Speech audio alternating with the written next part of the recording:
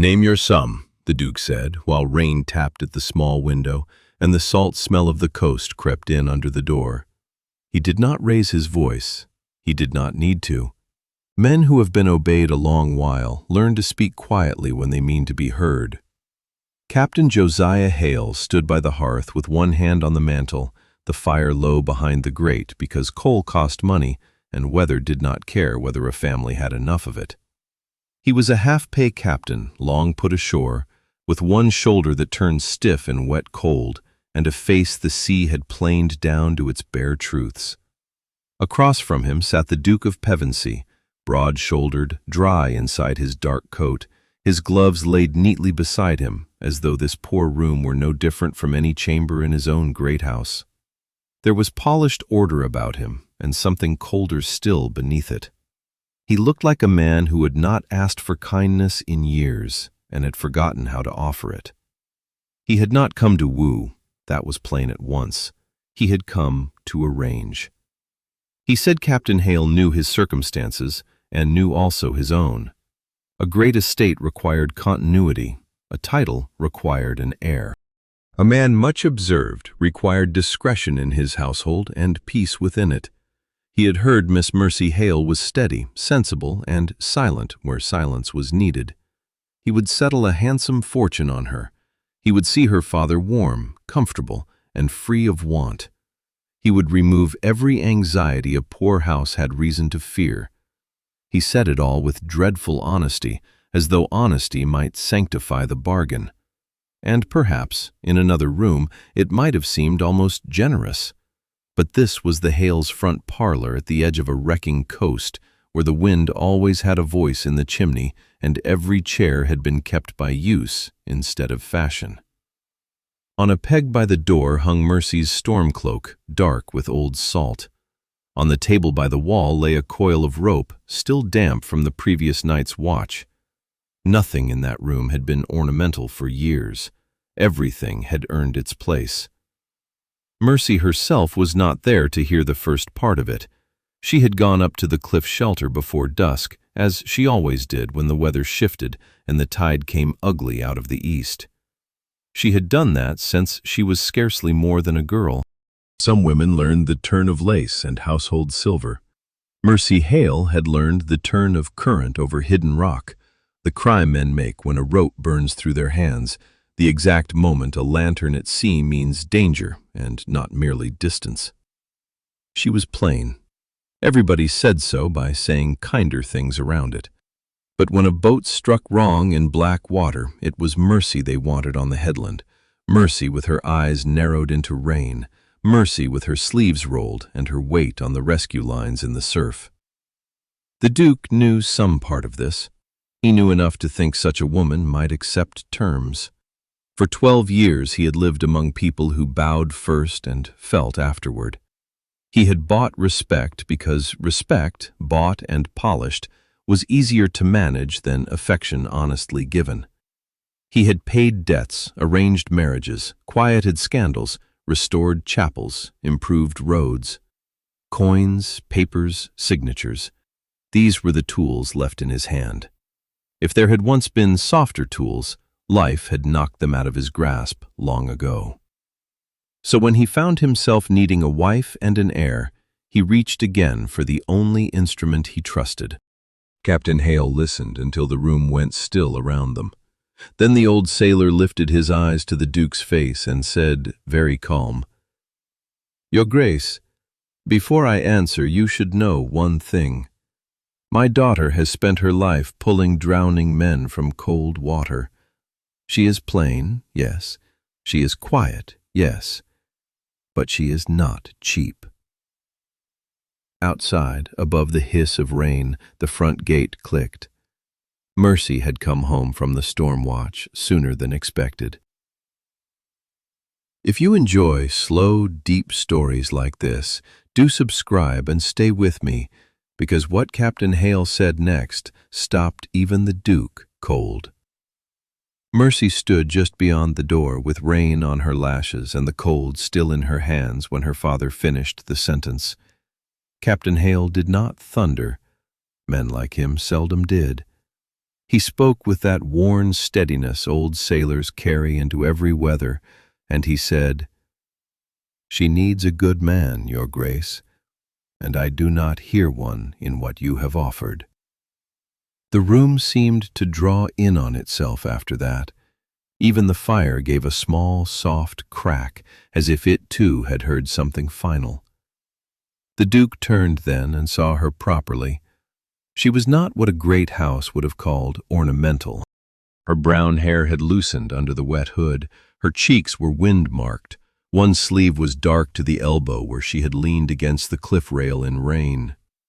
But there was that in her face which made prettiness seem a trifling business.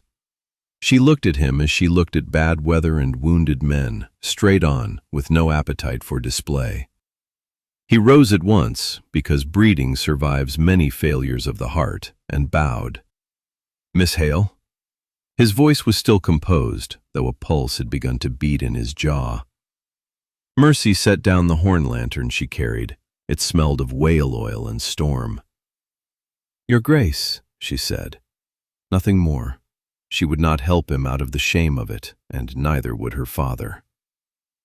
Now, here is the thing about a man who has spent 12 years buying the forms of regard. He begins to mistake resistance for vulgarity and honesty for insult.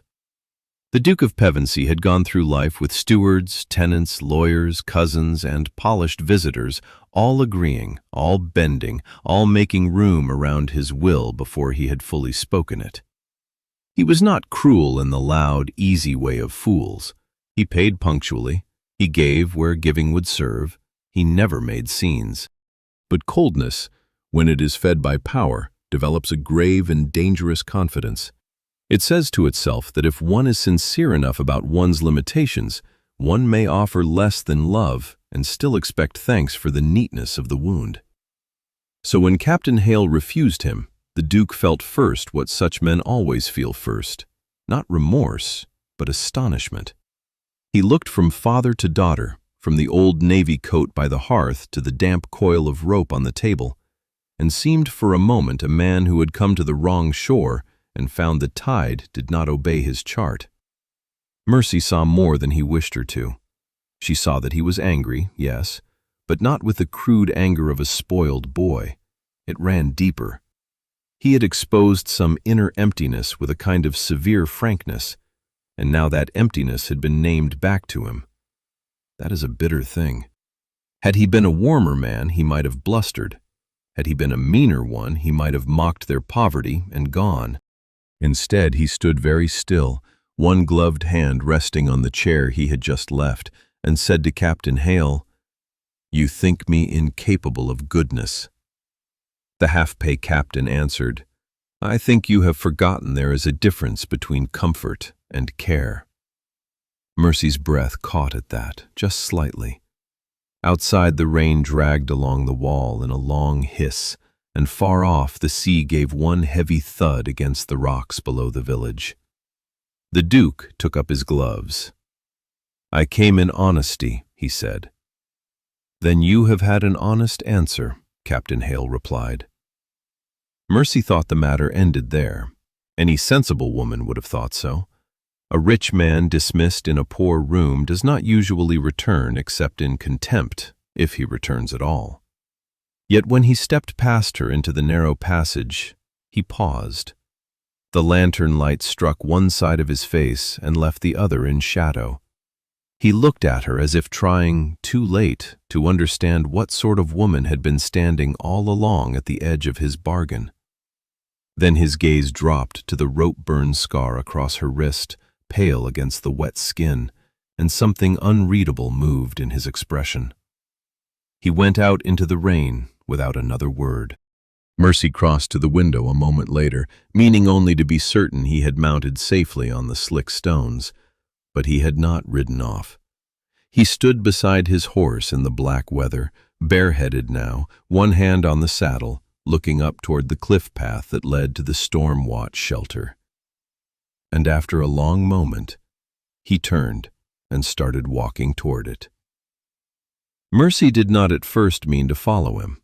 She only stood with 2 fingers against the cold window glass, watching his dark shape move through the rain, past the gate, past the last of the village light, and onto the narrow path that climbed toward the headland. The horse he had left with the stable boy stamped once in the lane and blew steam into the dark. Behind her, Captain Hale settled slowly into his chair with the weariness of a man who had spent strength he could ill spare. He did not ask where the Duke was going. He knew. Men go toward the places that have judged them when they cannot bear the room they have just left. "You'll catch your death if you stand there in wet things," he said. Mercy turned from the window, but not from the thought of that solitary figure moving toward the cliff shelter. He looked as if he had forgotten where he belonged. Her father gave a short sound that might have been pity and might have been nothing of the sort. People of his kind are seldom taught that they belong anywhere except above. She went to stir the fire, though there was little sense in stirring what wanted feeding. The house smelled of damp wool, coal ash, and the bit of haddock left from supper. Familiar smells, honest ones. Yet the room felt altered now, as if the cold he had brought in had not gone out with him. Mercy unpinned her cloak and laid it over a chair. Her wrists ached from the evening watch. There had been a nasty pull in the current below the western rocks, and the reef beacon had shown such a weak, unreliable glimmer that she had stood longer than usual, scanning the black water with narrowed eyes. On the table by the wall lay the small, weathered ship's log she kept for herself, though no authority had asked it of her. Tide, wind, failures of the light, sighted sails, near misses, dates and facts. The sea forgot nothing, and Mercy had learned not to either. Captain Hale noticed where her glance had gone. "Was the beacon dim again?" "Twice in the last hour," she said, "then gone for a stretch long enough to matter." His mouth tightened. "Someone inland saves lamp oil and thinks no soul will know the cost." There it was, the plain truth of things. A gentleman signed papers in a bright room far from the cliff. A steward counted expense, a keeper delayed replenishment, and out here the dark thickened over rock. Mercy had grown up inside such distances. Men with titles spoke of improvements. Men with boats spoke of weather and luck and who had not come home. She did not hate the Duke for being rich. Coast people are practical. They do not waste hatred on weather, and they class great houses with weather more often than inland folk suspect. But tonight something had cut deeper. He had seen in her silence a convenience. He had offered comfort as though comfort were a soul's proper wage. She tied her apron tighter and reached for the kettle. "I'm going back up." Captain Hale looked up sharply. "At this hour?" "The tide's turning and the light is uncertain, and he's gone to the shelter in a gale with no notion where the loose stone is underfoot." She paused. "I'll not have a man break his neck on our cliff, whatever he said in this room." The old captain's eyes rested on her face for a long moment. There was affection there, and that helpless knowledge fathers sometimes carry when they see their daughters' mercies outrun their own injuries. "Take the heavier lantern," he said at last, "and if you find him in a temper, leave him to it." Mercy did not answer. She drew the thick shawl over her shoulders, took the better lantern, and stepped out into the rain. The path to the storm watch cut upward between wet gorse and stones slick with blown spray. The wind worried at her skirts and shoved salt into her mouth. Above, the shelter crouched on the cliff like something grown from the rock itself, half wall and half stubbornness. Its little shutter banged once, then again. When she came within sight of it, she saw that the Duke had not gone inside. He was standing at the edge of the headland, coat whipped hard against him, staring out over the black reach of water where the beacon should have burned clear. And just then, before Mercy could call his name, the light failed altogether. For one breath, neither of them moved. The dark where the beacon ought to have been seemed larger than ordinary dark. It had shape to it. It spread over the reef like ink in water, swallowing the one sure point by which men offshore judged distance from death. Then Mercy thrust the lantern into the Duke's hand. "Hold that high," she said, already turning toward the shelter door. There was no room in her voice for rank or wounded pride. Crisis stripped such things away on that coast. A man was either useful in bad weather, or he was furniture. He obeyed at once, perhaps from surprise, perhaps from instinct. The wind caught at the flame inside the glass, making it bow and flare, and his gloved fingers tightened around the handle while Mercy shouldered into the little stone shelter and went straight to the shelf where she kept spare tinder, a horn box, and the short brass telescope that had belonged to her grandfather. The shelter smelled of old smoke, wet wool, and salt that had dried and dampened 100 times. Her weathered ship's log lay open where she had left it earlier, a smear of rain across the margin from her last entry. Beacon weak, flood tide heavy, visibility poor after dusk. She snatched up the tinderbox, stepped back out, and looked toward the distant lighthouse on the point. Nothing. No glow behind clouded glass, no answering blink. Only black sea taking black sky into itself. "The keeper's asleep, or drunk," she said under her breath. The Duke heard. "You speak of a royal light." "I speak of what I can see." That checked him more thoroughly than any argument downstairs had done. He lifted the lantern higher, as she had ordered. The yellow light showed the rain on his face, the line of his mouth set hard against the wind, and something newer underneath. Not humility yet, not understanding, but the first discomfort of a man discovering that facts can exist without reference to his station. Mercy put the telescope to her eye. Off to the south, beyond the reef's hidden teeth, she caught the pale stagger of a lantern where no fishing boat ought to be in such weather. Her whole body sharpened. "There's a vessel out there." The Duke stepped closer at once. "How far?" "Far enough to pray, near enough to fear." She lowered the glass. "Listen." He did. At first there was only wind driving over rock and the sea's long, grinding pull. Then, faint beneath it, the far thump of something heavy striking hollow water at the wrong angle. Sail or spar, perhaps, a larger craft than the local boats. Mercy's stomach went cold in the old familiar way. She knew that sound. Every soul raised on a wrecking coast knows it. "We must ring the bell," she said. The village warning bell hung below the path in a frame of black timber silvered by salt. She ran for it, skirts whipping around her legs, and the Duke followed without being asked. The rope was rough and wet in her palm. She pulled once, twice, and the iron tongue answered over the gale with a deep-struck note that rolled across the sleeping houses below. Then again, then again. A wreck bell was never mistaken for anything else. Windows opened, dogs barked. Somewhere down in the village a man shouted. Another lantern sprang into being near the quay. Mercy turned to the Duke. "Go back and wake my father." He did not move. She had no patience for that stillness. "Your Grace, if there's a ship on the reef, every minute matters." "I know that," he said. Rain ran from his hair onto his collar. "Tell me what else." It was such an odd answer that for a second she simply stared at him. Great men are accustomed to being deferred to. They do not usually stand in storm dark waiting for instruction from women who smell of rope and smoke. Yet there he was, lantern lifted, coat soaked through, looking not offended but intent. Mercy felt the shape of the moment and distrusted it. A clever man might mimic usefulness as easily as courtesy, but the sea did not care for performances. It would strip him soon enough if this was one. "Then go to the lower path," she said quickly. "Rouse the boatmen as you pass.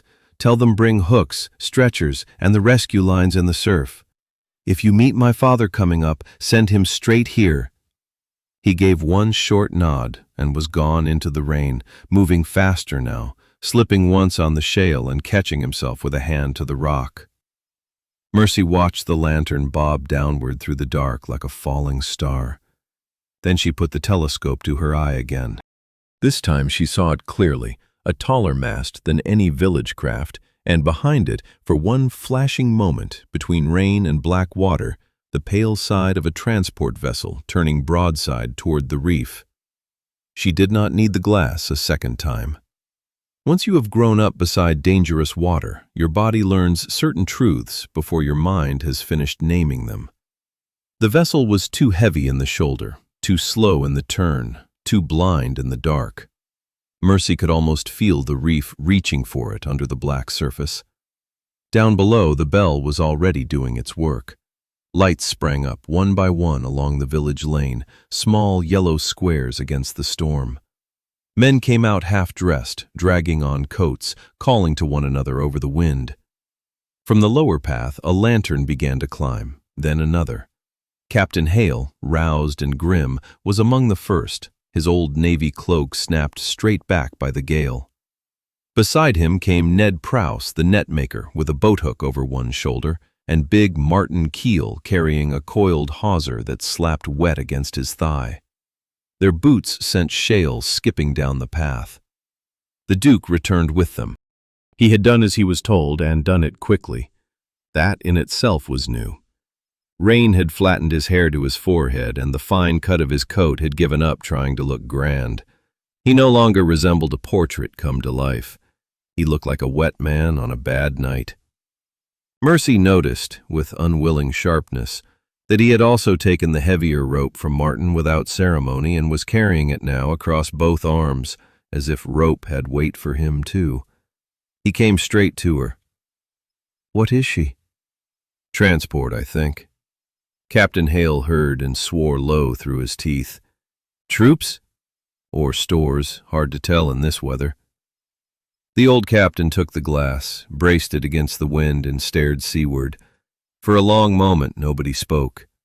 The sea gave another of those hollow blows, followed by a grinding crash that reached the cliff a second later. Martin crossed himself out of old habit. Then Captain Hale lowered the telescope. "She's found the outer teeth," he said. "God help them." You must understand the speed of such moments.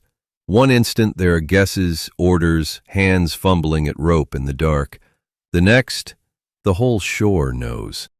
Mercy felt knowledge pass through the men around her like a current. Voices changed. Jokes vanished. Every face turned toward the water with that hard, inward look people wear when fear must wait because work has come first. Captain Hale began to place them. "Ned, down to the cove and ready the grapnels. Martin, take 2 lads and clear the shingle path. Mercy, keep the height and mark where she breaks. If boats come off her, I want direction." Then his eyes went to the Duke. That pause lasted only a heartbeat, but everyone felt it. Here stood the richest man for miles, in weather that made all fortunes look flimsy. A less honest soul might have sent him back down the path out of scorn, or bowed him into safety out of habit. Captain Hale did neither. "Your Grace," he said, "if you stay, you work." "I stay," the Duke answered. "Then no one here cares what you're called. Take hold where you're put and keep your footing." A strange little silence followed. It was the silence of men adjusting themselves to a sight they had never expected to see. The Duke inclined his head once, almost as he might in a drawing room receiving an introduction. But there was no drawing room here. Only wet rock, raw wind, and the smell of seaweed torn fresh from stone. He set down the lantern, stripped off his gloves, and took the end of the hawser Martin handed him. His bare hands closed around the soaked rope. He did not flinch. Mercy saw in that instant how pale those hands were, and how wholly unsuited to the work. Then the transport struck again. This time the sound was not hollow. It was a full, splintering roar that rolled across the water and came up through the cliff under their feet. A cry went up from below the reef, thin, human, carried wild on the wind. Mercy's whole body tightened. She ran to the lip of the headland and raised the telescope with hands suddenly steady as iron. What she saw through the rain made her voice break sharp across the dark. "She's opened!" Mercy shouted. "And there are men in the water!" After that cry, the headland became all motion. Captain Hale did not waste a syllable. "Down to the cove," he snapped, and the men moved at once, boots striking sparks from wet stone where there ought to have been none. Mercy gathered her skirts and ran with them. The path dropped steep and crooked through gorse and black rock, slick with runoff, the sea booming louder with every yard. Behind her she heard the Duke coming too, not stumbling now, but keeping close in the dark with the rope still over his shoulder. It was a strange sight, if anyone had time to notice it, a great lord running blind down a fisherman's path because a captain's daughter had said men were in the water. The cove below was a small, cruel place at the best of times, all shingle, broken weed, and water that came in hard against the rock face before sucking back with a growl. Tonight it was worse. Foam raced white over black stones. The wind drove spray so sharply that it stung the eyes like grit. Out beyond the first line of breakers, half seen and vanishing again, the transport labored broadside to the reef. One mast leaned at an angle no sound ship should ever carry. Lanterns flashed madly aboard her. Then one vanished. Then there came a shout from offshore, then several together, thin as gull cries in that much weather. Mercy did not wait to be told twice. She climbed the nearest rock shoulder where she could see over the surf and pointed. "There!" "Starboard side. She's throwing men clear with every strike." Captain Hale followed her line of sight and swore once. "Ned, fix the first anchor. Martin, the second line aft. We'll make a cradle if God lets us." The men fell to with the old fierce skill of people who have had too much practice in this work. Iron bit stone, wet rope hissed over shingle, hands hauled, tied, braced. Those rescue lines in the surf were the nearest thing to hope a wreck had. The Duke came up beside Martin and waited for instruction. Again that moment of adjustment passed through the shore party. A village lad, no more than 16, stared openly before remembering himself and reaching for the next coil. Martin jerked his chin toward a mooring post sunk deep between boulders. "Wrap and hold," he said shortly. "When we haul, haul with us. When we drop, drop quick, or the sea'll pull the skin off your palms." It was only fact. The Duke set his shoulder to the post, looped the wet hawser, and nodded once. His hands, fine-boned and pale even in the stormlight, closed on rough hemp that smelled of tar and old salt. Mercy saw all this in flashes while keeping her eyes on the wreck. She saw him take his place. She saw the first hard jerk of the rope drive through his arms and into his back. She saw him stay. But the sea gave her little leisure for watching him. A dark shape rose on a wave not 20 yards out, a man, or half a man and half a coat, then gone, then up again, flung toward the break where the rocks would kill him before the cold did, if they were not quicker. "Left of the line!" Mercy shouted. "Left, left, there!" Captain Hale heard and answered with the whistle he used in old service days, sharp enough to cut through gale. Ned and Martin cast together. The line snaked out, struck water, vanished.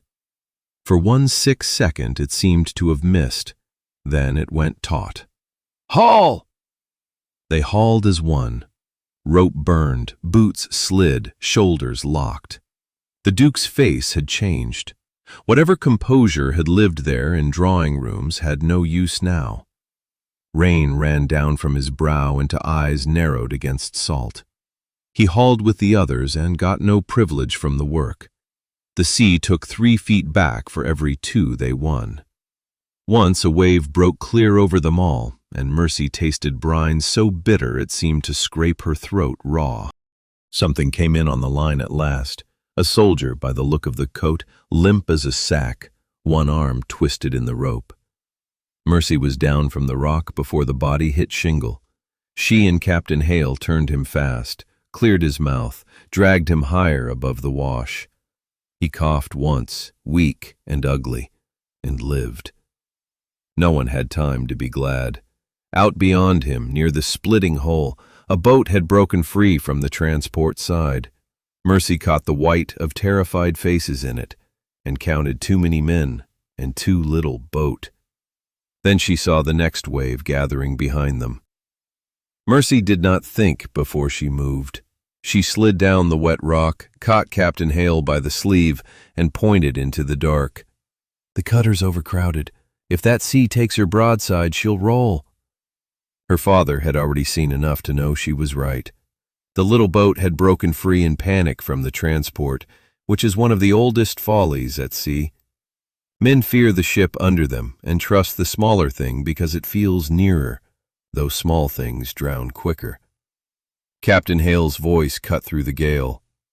"Bring the hauling line lower. We take the boat if we can, and the swimmers after." Ned and Martin shifted at once, boots grinding on shale, shoulders bent hard into the weight of wet hemp. The line had to be angled just so. Too high, and the pull would turn the boat wrong. Too low, and it would drag her nose first into the wash. Mercy waded knee-deep into the surf to judge it. Freezing water struck through her stockings like knives and sucked at her feet. She did not notice. She had long ago stopped counting cold as pain and begun counting it as information. The Duke came beside Martin again and took his share of the strain without asking where to place his hands. Rope had already scored his skin. In the light, Mercy saw the red rising across his palm where the fibers had burned him raw. He said nothing of it. He was breathing harder now, coat plastered to him, mouth set in a line that had lost all drawing-room polish. Men show their truest rank in work that does not care who is watching. That night the sea was sorting everybody. "Now!" Mercy cried. Ned cast. Martin cast. The first throw fell short, dragged back by the water. A groan ran through the men on shore, that involuntary sound people make when hope misses by inches. Captain Hale snapped for another attempt. The Duke bent, seized the next coil before the village lad could fumble it, and passed it clean into Ned's grip. A small thing, perhaps, yet Mercy marked it. Rich men are often generous where generosity can be seen. They are rarely quick where usefulness is humble. The second cast caught. By some grace or desperation, someone in the cutter seized the trailing line. Mercy saw it jerk crooked as frightened hands hauled at the wrong moment. "No, you fools! Steady!" she shouted, though they could not possibly hear her over the sea. Then the next wave rose under them, black-backed and taller than the boat itself. The cutter climbed, hung, and came down half sideways with a crack that sounded like a box kicked apart. 2 men vanished. One was flung clear and struck the water arms wide. Another clung to the thwart with a face white as broken shell. "Haul!" Captain Hale roared. All along the shore they hauled. Mercy took a grip now herself. Salt water streamed from her sleeves. The rope leaped and tightened like a living thing. Martin grunted through his teeth. Ned's boots slid backward. The Duke braced and pulled with them, head down, shoulders straining. For a terrible handful of seconds, the surf and the shore were in direct argument over those lives. The sea would give an inch and snatch 2 feet back. The line hummed with force. Somewhere behind them, a horse whinnied in terror from the upper path where it had been tied and forgotten. The cutter came in on the drag, half-filled, slewing sideways, 1 man still in her, another hanging over the stern by 1 arm. Mercy dropped the rope and ran forward into the wash before anyone could stop her. Water struck her thighs and nearly turned her. She caught the hanging man under the coat collar and heaved with all the strength years had put into her back. Another pair of hands seized the same body from the other side. It was the Duke. For 1 instant, they were both in the freezing break together, bent over the same half-drowned stranger. Mercy felt his shoulder jolt against hers as the undertow pulled. He did not loosen his grip. Between them, they dragged the man clear enough for Martin to take him. The soldier in the cutter tried to rise, failed, and coughed out a sound like tearing cloth. Then Captain Hale's voice cracked across the cove with a note Mercy had heard only in the worst weather. "Mercy, down!" She turned. The main hauling line, swollen dark with seawater and drawn too hard over rock, had begun to part. The warning came just in time. Mercy threw herself sideways into the wash, one arm over her head.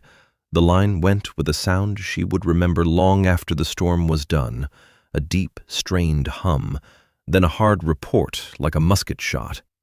The severed end lashed through the air, struck the rock where she had been standing an instant before, and spat droplets of seawater into her face. Martin cursed. Ned fell to one knee. The drag on the cutter vanished at once, and the little boat slewed back toward the break like a leaf snatched by current. Then another sound cut through the surf. The Duke cried out once, sharply, and dropped. The rope had caught him across both hands as it tore free. He went down hard on the shingle, more from shock than weakness, and for one ugly second Mercy thought he had been taken over the edge. But he rolled, hit the stones shoulder first, and stayed on shore. Captain Hale lunged toward him, then checked himself and turned instead to the sea, because there are moments when even pain must wait its turn. "Leave him if he can stand," the old captain shouted. "We've still got men out there." The Duke did stand. It cost him. Mercy saw that plainly. He got to his feet with rain streaming off his face and stared at his own hands as if they belonged to somebody else. The skin across both palms had been split open in ridged, raw lines. One glove was gone, the other hung torn from 2 fingers. Yet when Martin shoved the spare coil toward him and barked, "Can you hold?" he answered through his teeth, "Yes," and took it. There is silence that falls in the middle of uproar when one human being revises another in the eyes of all present. It lasted no more than a breath there on the shingle, but Mercy felt it. The fishermen had begun the night seeing a grand gentleman in wet clothes. They saw something else now, still proud, still out of place, but willing to bleed in common with them. On that coast, such things mattered. Captain Hale changed the plan on the instant. "No more cradle. We go hand cast and body haul. Mercy, keep count.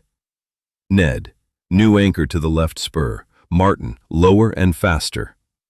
The old sailor's voice had that clipped, life-saving calm that years of command had carved into him. He might be a half-pay captain in a poor village, but on that strip of shore in bad weather, there was no man living better suited to rule. Mercy scrambled back to the rock shoulder, soaked through now to her skin. She could taste blood where she had bitten the inside of her cheek in the fall. Out beyond the surf, the transport was breaking apart by pieces. One section of rail had gone. A lantern swung wild and disappeared. She counted heads when she could, arms when she could not, and shouted what she saw. "2 off the stern, 1 on wreckage to starboard. Boat's turning. No, gone." The cove answered with work. Ned cast low. Martin and the Duke hauled in concert, one dark and massive, the other pale and hard-set, both bent under the same wet labor. A village boy named Ellis, scarcely old enough to shave, crawled to the edge with a trailing line around his waist and let the wash break over him so he could reach a drifting man by the collar. Mercy marked that, too. Storms make men of boys and strip men down to their measure. There is nowhere to hide in black water. 3 survivors came ashore in the next quarter hour, if quarter hour it was. Time lost its proper shape. One was conscious enough to sob for a mate named Wilkes. One had swallowed so much sea he could only blink and shake. The third was a sergeant by his coat and stripe, heavy as soaked canvas and twice as hard to move. The Duke and Mercy took that one together, each under an arm, dragging him above the reach of the wash while Captain Hale checked for breath. The sergeant gave a rattling cough and lived. Mercy's knees nearly buckled with relief, though she had no leisure to feel it. The Duke looked at her then, only once. Rain ran from his lashes. His hands were bleeding freely onto the wet shingle, and still he did not seem aware of them except as troublesome tools. There was wonder in his face, and shame tangled up with it, as if he had only tonight discovered that the world contained work which could not be hired out quickly enough to save a man. Before either of them could speak, a new cry came from the water. Not from the scattered swimmers this time, but from nearer the wreck itself, from a section of the transport's shattered deck still jammed against the reef, where 3 figures were clinging in the dark, and one of them was very small. Mercy saw it first because she was still on the rock and still had the height. The shattered piece of deck had jammed crosswise on the reef, rising and dropping with each sea like a broken jaw. 2 grown men clung to it, one lashed somehow by an arm through wreckage, the other flattened against the timber. Between them, crouched low and white-faced in the wash of spray, was a child, or something so small it might as well have been one. She pointed at once. "There, on the spar by the outer shelf." Captain Hale looked, measured the distance, and for the first time that night the old sailor's face showed naked dread. The gap was too far for a clean cast from shore, too broken for a boat, and too near the reef to trust any ordinary swimmer. Every man there knew it. The cove, noisy a moment before with hauling and coughing and shouted orders, fell into that terrible half-silence that comes when courage has not failed, but options have. The Duke stepped up beside Captain Hale and followed Mercy's arm toward the reef. "Can they hold?" "For a minute," Hale said. "Perhaps 2. That was the truth of it. No one softened it. Another wave climbed over the wreckage and nearly buried the 3 figures from sight. When it passed, the smaller one was still there, clinging now to one of the men as if pasted on by terror. Mercy's stomach turned. She knew that posture. She had seen it on wrecked apprentices before, on boys who had not yet learned how quickly fear can make the body spend its strength. One more heavy sea, and the little one would lose hold altogether. Ned muttered, "We can't reach him." Captain Hale did not rebuke him. Sometimes a thing is too plainly true. He stripped his eyes across the cove, the ropes, the broken rock, the channel between the reef and shore. Mercy knew that look. It was the look of a commander searching for any thread God had left loose in the pattern. Then the Duke said very quietly, "Show me where." Mercy turned on him. "No." He did not even glance her way. "Show me." Captain Hale did. Men who have lived long enough know the difference between vanity and resolve, and what stood in the Duke's face at that moment was not vanity. It was something sterner and more dangerous. His hands were bleeding, his coat dragged heavy with seawater. Yet his voice had changed. The coldness was still there in one sense, but it had become usefulness, a hard steadiness with no room left in it for himself.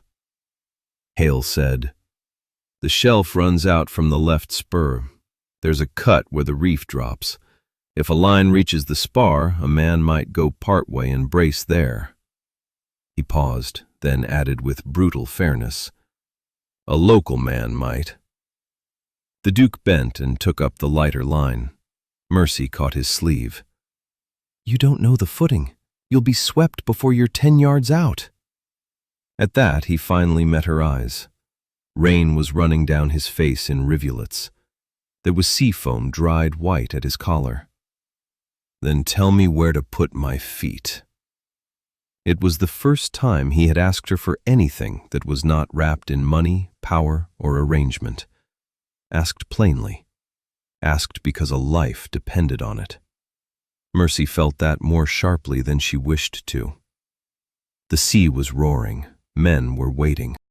There was no leisure for wounded pride. She seized the line from his hand, retied the knot at his waist herself, jerking it hard to test the hold. Her fingers came away red from his palms. "Listen to me," she said.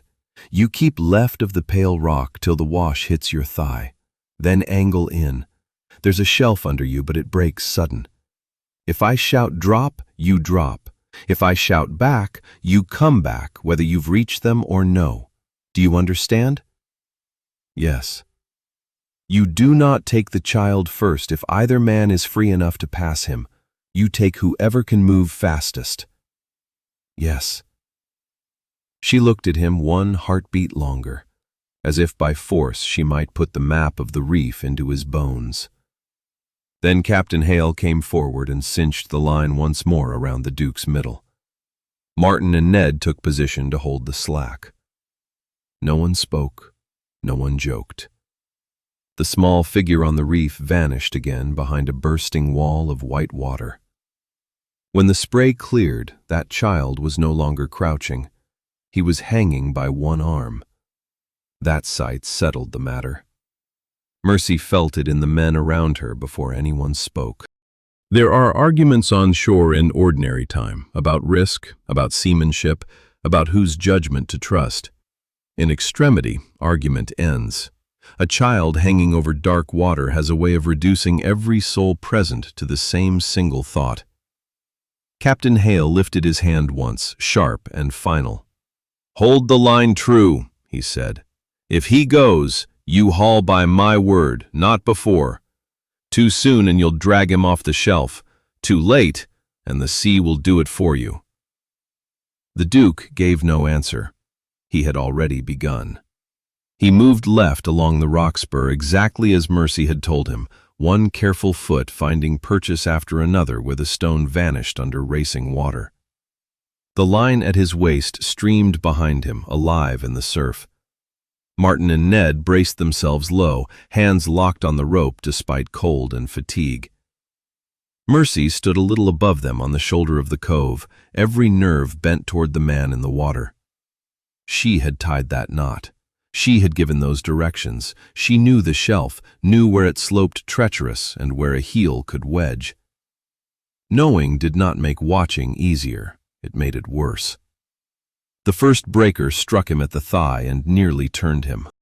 He caught himself with both hands on the rock, and Mercy saw him flinch as salt found the torn flesh of his palms. He recovered at once and went on. In another kind of story, perhaps, some neat courage would have lit his face and carried him beautifully forward. Real courage is rarely beautiful. It is wet and ugly and stubborn. It is a man breathing hard through pain because there is no honorable retreat left to him. Captain Hale tracked every step. 2 feet right. Now hold. Wait for the draw.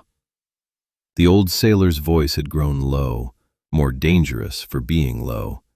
He knew precisely how much one wrong instruction might cost.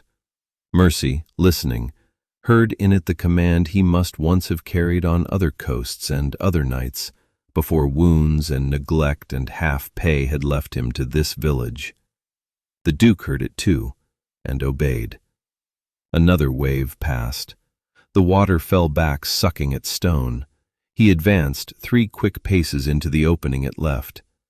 Now he was far enough out that the reef spray half swallowed him. The broken section of deck rose before him, black timber whitening at the edges where the surf hit. One of the men clinging there shouted something raw and useless. The small figure hung lower still, one arm stretched thin as rope. Mercy's heart struck so hard she felt sick with it. "Reach him!" she cried, though she knew he needed no reminder. He made the last distance by a kind of desperate crawl, chest almost against the rock, one knee slipping once so badly that Martin gave a strangled curse on shore. Then the Duke got hold of the wreckage with his left arm and swung himself into the wash against it. Mercy could no longer see his face clearly, only the dark movement of him among timber and sea. But she saw one thing plain enough. He did not seize at the child first. He shouted to the nearer sailor and thrust the little one toward him. Even in that chaos, he remembered what Mercy had told him. The sailor, dazed but conscious, clutched the small body to his chest. Good. That freed the Duke's hands. He turned at once to the other man, whose sleeve had been pinned by jagged timber. There was no clean way to loose him. Water burst over all three and hid them. When it cleared, the Duke was wrenching at the wood with both bleeding hands, while the trapped man threw back his head and gasped like a landed fish. Mercy found herself praying aloud without knowing she had begun. Then the timber gave. Captain Hale's arm came up. "Ready!" The freed sailor nearly slipped away at once. The Duke caught him by the coat, shoved the child bodily into the first man's hold, and turned his own back to the sea as if to shield them all from the next impact. It was a foolish thing if judged by self-preservation. It was exactly the right thing if judged by anything better. Mercy saw the wave before the others did. It was not one of the lesser breaking seas that had dogged them all night. It came up from the dark with a weight and height that made the cove itself seem to brace. She heard herself scream his name, only, "Giles!" And out on the reef, he turned at the sound of it, just as the sea rose over him. The wave took all four of them out of sight. For an instant, the reef was only white violence, bursting and sliding back over black timber. Mercy could not breathe. The rope in Martin's hands went slack, then jerked so savagely that he staggered and would have been pulled forward if Ned had not caught him by the shoulder. Captain Hale's arm cut down through the rain. "Hold! Hold, blast you! Hold!" That command saved them. Had they hauled blind in that instant, they might have dragged the Duke sideways off the shelf and sent the whole desperate cluster spinning into open water. So they held, every man on shore straining against terror more than weight. Mercy had both fists pressed hard against her own mouth without knowing it. Salt and cold filled her nose and throat. She saw nothing but foam, and in that blind second she understood something she had not permitted herself to know before, that if the sea kept him, the loss would not be a tidy one. Then the water sheared away. He was still there. He had one arm hooked over the spar, the other clamped around the child, who had been torn free of the sailor and flung clean against him by the sea itself. One of the men was gone from the wreckage. The other still clung, coughing and wild-eyed, half submerged in the wash. The Duke's head was bowed as if the wave had struck the breath from him, but he was upright, and that was enough. "Now!" Captain Hale roared. The shore team hauled. The line came taut in a long shudder. Out on the reef he shifted, found footing by some miracle and Mercy's earlier guidance, and shoved the child toward the surviving sailor again, forcing the little body into the man's grasp. Then he hooked the line around the sailor's chest with hands that must have been agony by now. Mercy could see the red of them, even at that distance, whenever lightning whitened the sky behind the storm. The first man came off the wreckage badly, sliding half through the water and striking rock once with a sickening limpness that turned Mercy cold to the bone. But the rope held. The men on shore dragged him yard by yard across the break until Martin and Ellis could seize him bodily and haul him up the stones. The child followed in the next draw, more bundle than person, wrapped under Ned's coat the instant he came within reach. He made no sound at all, which frightened Mercy more than crying would have done. There was no time to tend them yet. Out on the shelf, the Duke had turned back for the last man. That last one was the worst placed. The broken timber had shifted under the wave and pinned his lower leg fast between two jagged boards. He clawed at them like an animal in a trap. Mercy heard herself shouting directions, though he could not hear a word. "Higher! To your left! There! There!" As if the sheer force of wanting might bridge sea and storm. The Duke crouched in the wash and tried the timber once, twice, then changed his grip. Good. He was learning even now. He stopped fighting the sea head-on and began using the draw between waves, wrenching only when the water fell back. Captain Hale saw the same thing and gave one grim nod. "He's got sense enough to live." Mercy turned and stared at him. Of all the things to feel in such a moment, that one undid her most. Her father, who had refused this man in his own parlor only hours before, had just spoken of his living as something to be desired. Another retreating surge left the wreck half bare. The Duke heaved, the timber shifted. The trapped sailor screamed, a living scream, thank God, and came free. Before the next breaker fell, the line was around him, and Captain Hale had given the word again.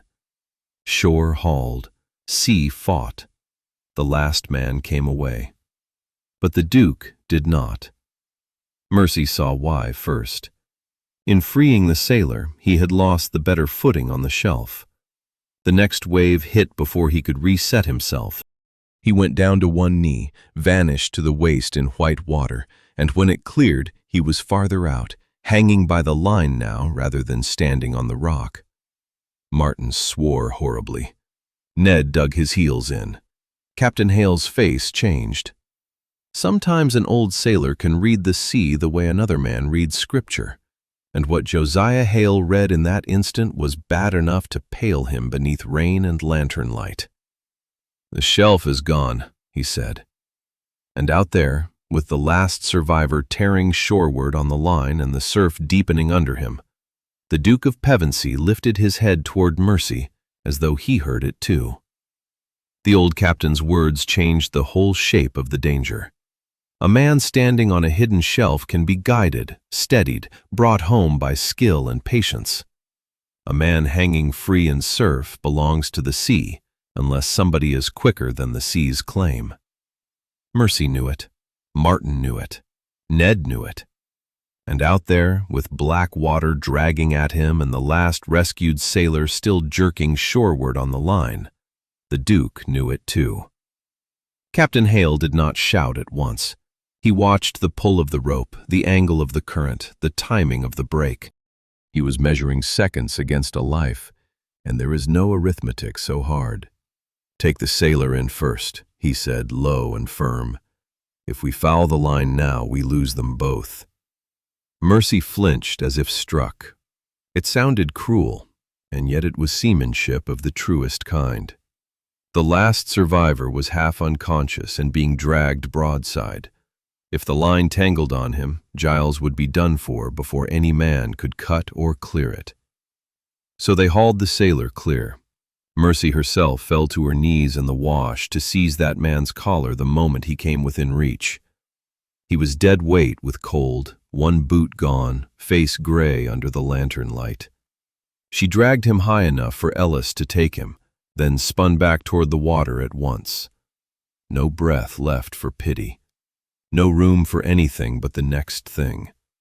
Out beyond the break, the Duke had gone under once and risen again. His coat, waterlogged and dragging, pulled at him like another drowning man. The rope at his waist had swung him off the vanished shelf and against the side current, so that each returning sea struck him not from the front now, but from the quarter, the worst angle of all. Mercy could hear the rope strain in Martin's grip like a live beast fighting to break loose. "Now haul!" Captain Hale thundered. The men threw themselves backward. Ned planted both boots and leaned till his whole body shook. Martin swore through his teeth and dragged hand over hand. Captain Hale took hold himself despite the bad shoulder, and the corded strength still left in him after years ashore came into his arms like memory. Mercy caught the trailing section and pulled too, though she was small beside them. Together they gained a yard, lost half, gained another. Then a breaker burst over Giles's head and left him spinning on the line, striking the submerged rock so hard that even from shore they heard the dull knock of bone against stone. Mercy cried out. She could not help it. He did not answer. That silence was worse than any struggle. Men shout, curse, choke, pray. Silence means the blow has gone too deep, or the cold too far. Captain Hale's face turned the color of old ash beneath the spray. "Again!" he barked. "By the mercy of God, again!" They hauled until their boots cut trenches in the shingle. The rope burned Mercy's palms raw through skin already torn by salt and work. She felt none of it cleanly. All sensation had narrowed to one dark figure in the water and whether it still moved. Then, suddenly, it did. Only a stagger of the shoulders, a blind grappling of one arm toward the line, but it was enough. Mercy's knees nearly gave with relief so sharp it hurt. Giles caught the rope with both hands above the knot at his waist, and that changed everything. A dragged body is one burden. A living man fighting shoreward with the line is another. Captain Hale saw it and shifted the angle at once. "Left! Left with him, not against him!" The haul altered. The sea, thwarted of a clean taking, flung him once more against the wash line, and this time the undertow delivered him where two men could reach. Martin lunged first. The Duke slipped through his grasp. Mercy was there a heartbeat later. She dropped flat into freezing foam, caught at his sleeve, found only soaked cloth, then found his wrist. His skin was like ice. For one awful moment she thought the current would pull them both. Then another set of hands seized the back of her skirt, another the Duke's collar, and all together they dragged him clear of the surf and onto the black shingle. He lay on his side at first, not moving, water streaming from him in sheets. His face in the lantern light was terrible to look at. Blood at the temple where he had struck rock, lips gone pale, lashes clotted with salt. One hand was still closed as if around a rope no longer there. Mercy dropped beside him and pushed wet hair from his brow with fingers that would not stay steady. Captain Hale knelt opposite her, bent low, and put 2 fingers to the Duke's throat. Then he looked up at Mercy, and his expression told her something was wrong before he spoke a word. What Captain Hale saw was life, but only just.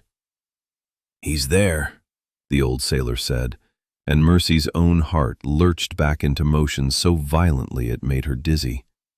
Then Hale's hand pressed harder at the Duke's throat, and his face stayed grave.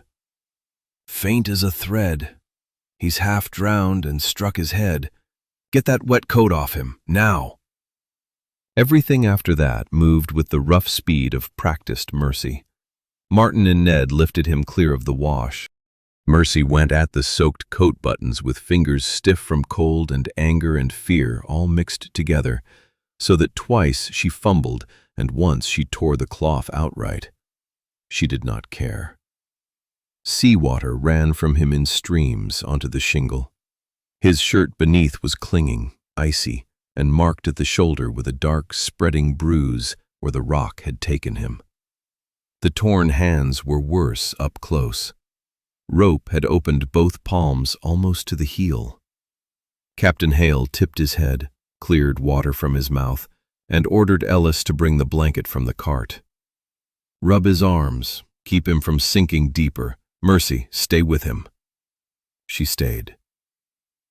Sometimes the soul of a story shifts, and the people in it do not yet know the full meaning of the shift. This was one of them. Mercy Hale, who had been offered comfort in place of love only hours before, knelt on black stones with the Duke's head in her lap and worked life back into him with her own cold hands. His lashes trembled once in lantern light, then lay still again. She spoke to him without hearing herself choose to do it. "Come back. Do you hear me? Come back, you stubborn man." Sea salt was on his mouth. Blood from his temple had thinned pink in the rain and run along his cheek. He looked younger unconscious than he ever had conscious, stripped of rank and reserve and all the hard polish of great houses. Only a man now. Only a mortal body dragged from bad water.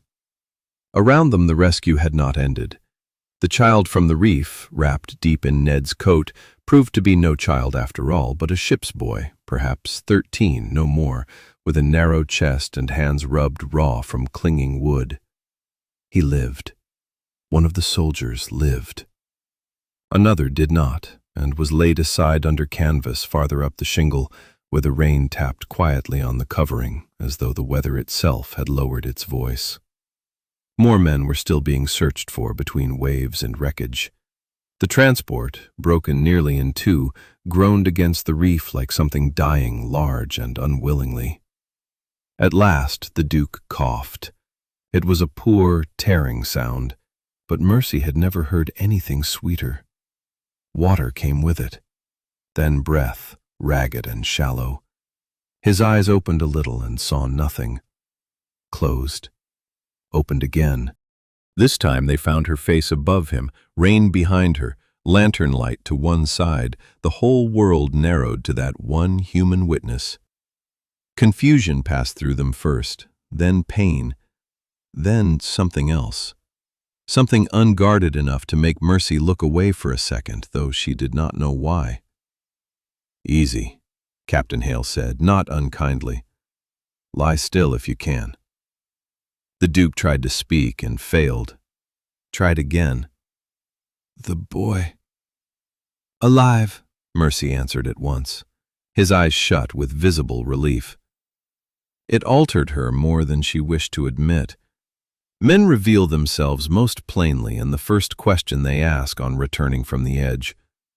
He had not asked for his house, his title, his horse, his own injuries. He had asked for the smallest life on the reef.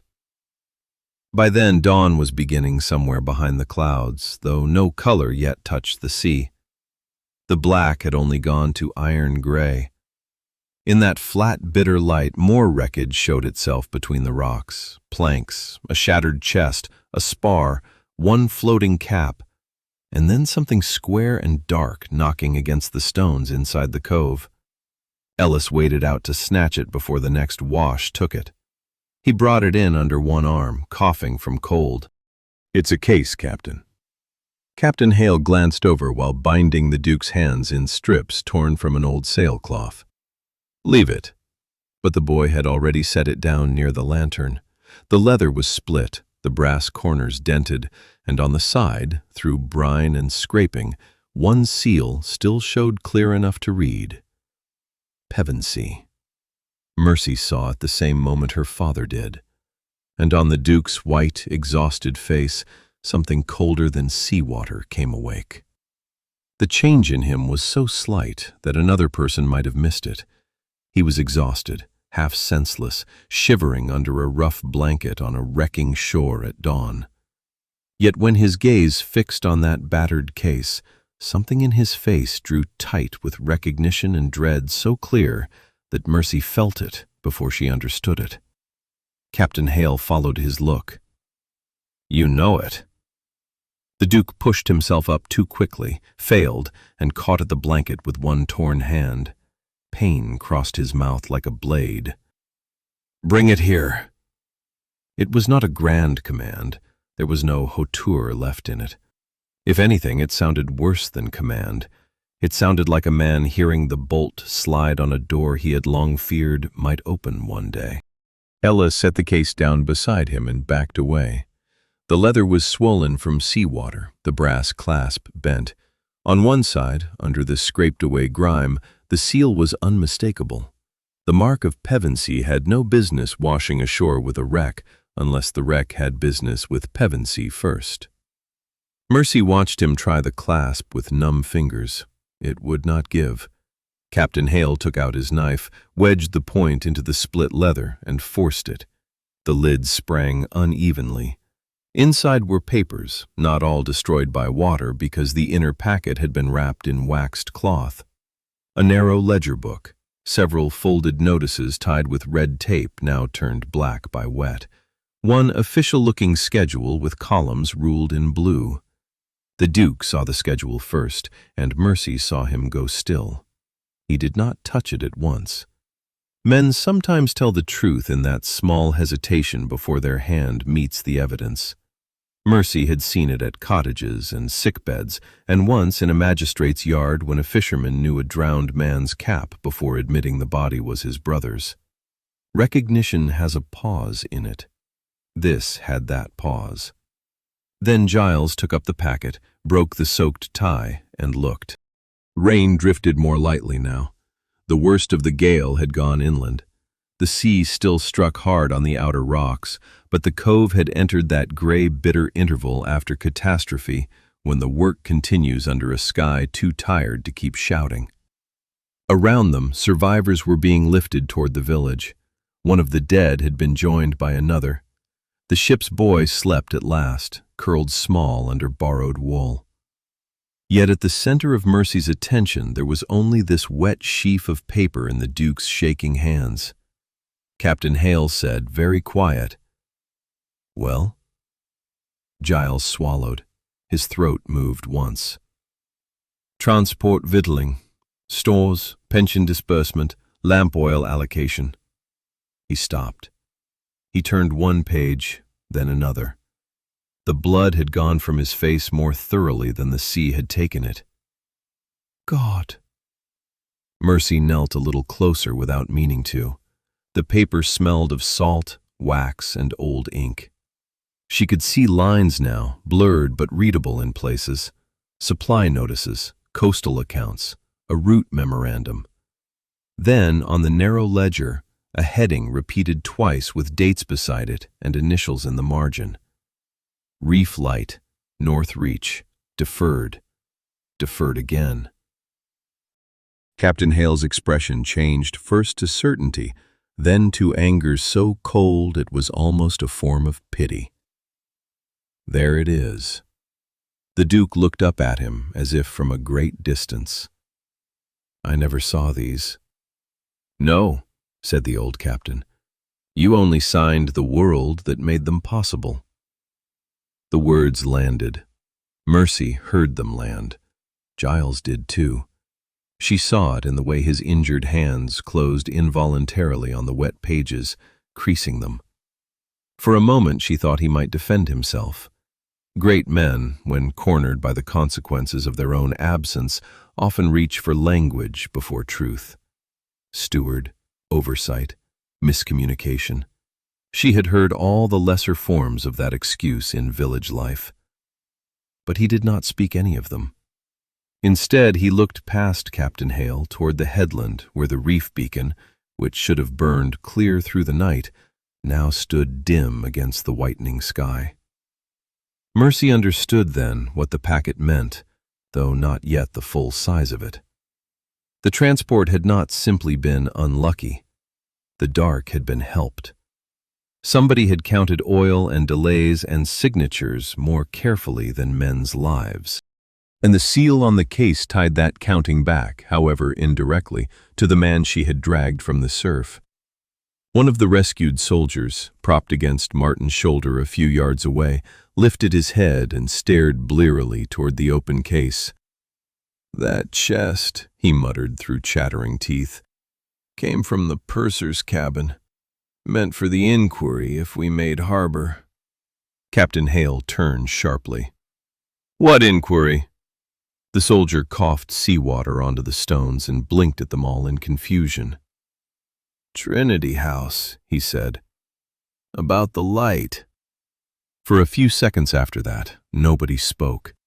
The words Trinity House Inquiry seemed to hang in the rain-washed air more heavily than spray, more heavily even than grief. Captain Hale's eyes narrowed. Mercy looked from the half-conscious soldier to the soaked packet by the lantern, then to Giles.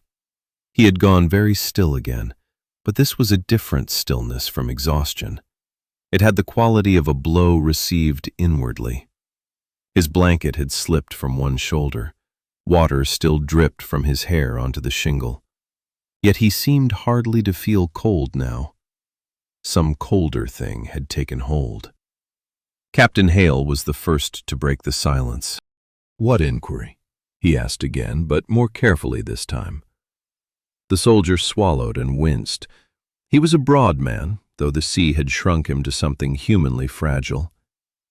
"Orders came aboard before we left harbor," he said. "Purser said the packet was to go on untouched. Complaints from masters running the North Reach, near misses, dark nights where no dark should have been. They were sending accounts, schedules, lamp tallies, all of it. Someone ashore had questions. He coughed into his sleeve, then looked blearily at the Duke without understanding who he was. "Beg pardon, sir." They said the light had failed too often to be chance. Mercy felt her father's attention sharpen beside her like a blade drawn half free. Giles lowered his eyes to the opened case and took up the narrow ledger with both bandaged hands. It was awkward work. He had lost the easy use of his fingers, and pain showed in the set of his mouth each time he turned a page. He did not stop. Dates, deliveries, reductions, deferred requests, initials, the neat, dry marks of inland decision-making laid down in warm rooms by men whose boots were never wet past the ankle. Mercy watched him read his own world translated at last into the language of consequence. There was no defense in his face now, only recognition, and something sterner rising behind it. "Who aboard knew of this?" he asked the soldier.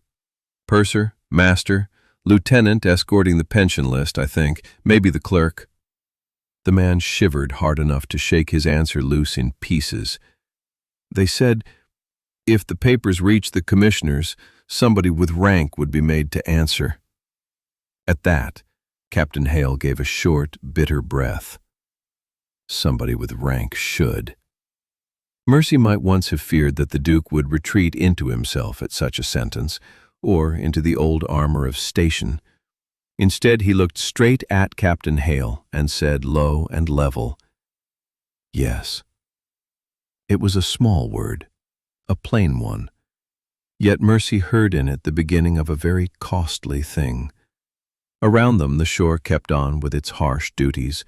The dead were being counted now. Names were being asked where names could still be answered. Martin and Ellis lifted the last of the salvage into a cart.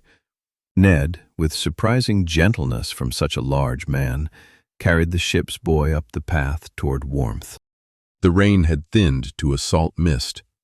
Out beyond the cove, the broken transport was settling lower against the reef, her torn side lifting and falling as though she still objected to being done with the world. Giles pushed the ledger toward Captain Hale. "This must be kept dry, all of it." The old sailor did not touch it at once. "And what will you do with it?" The Duke rose too quickly, swayed, and caught himself.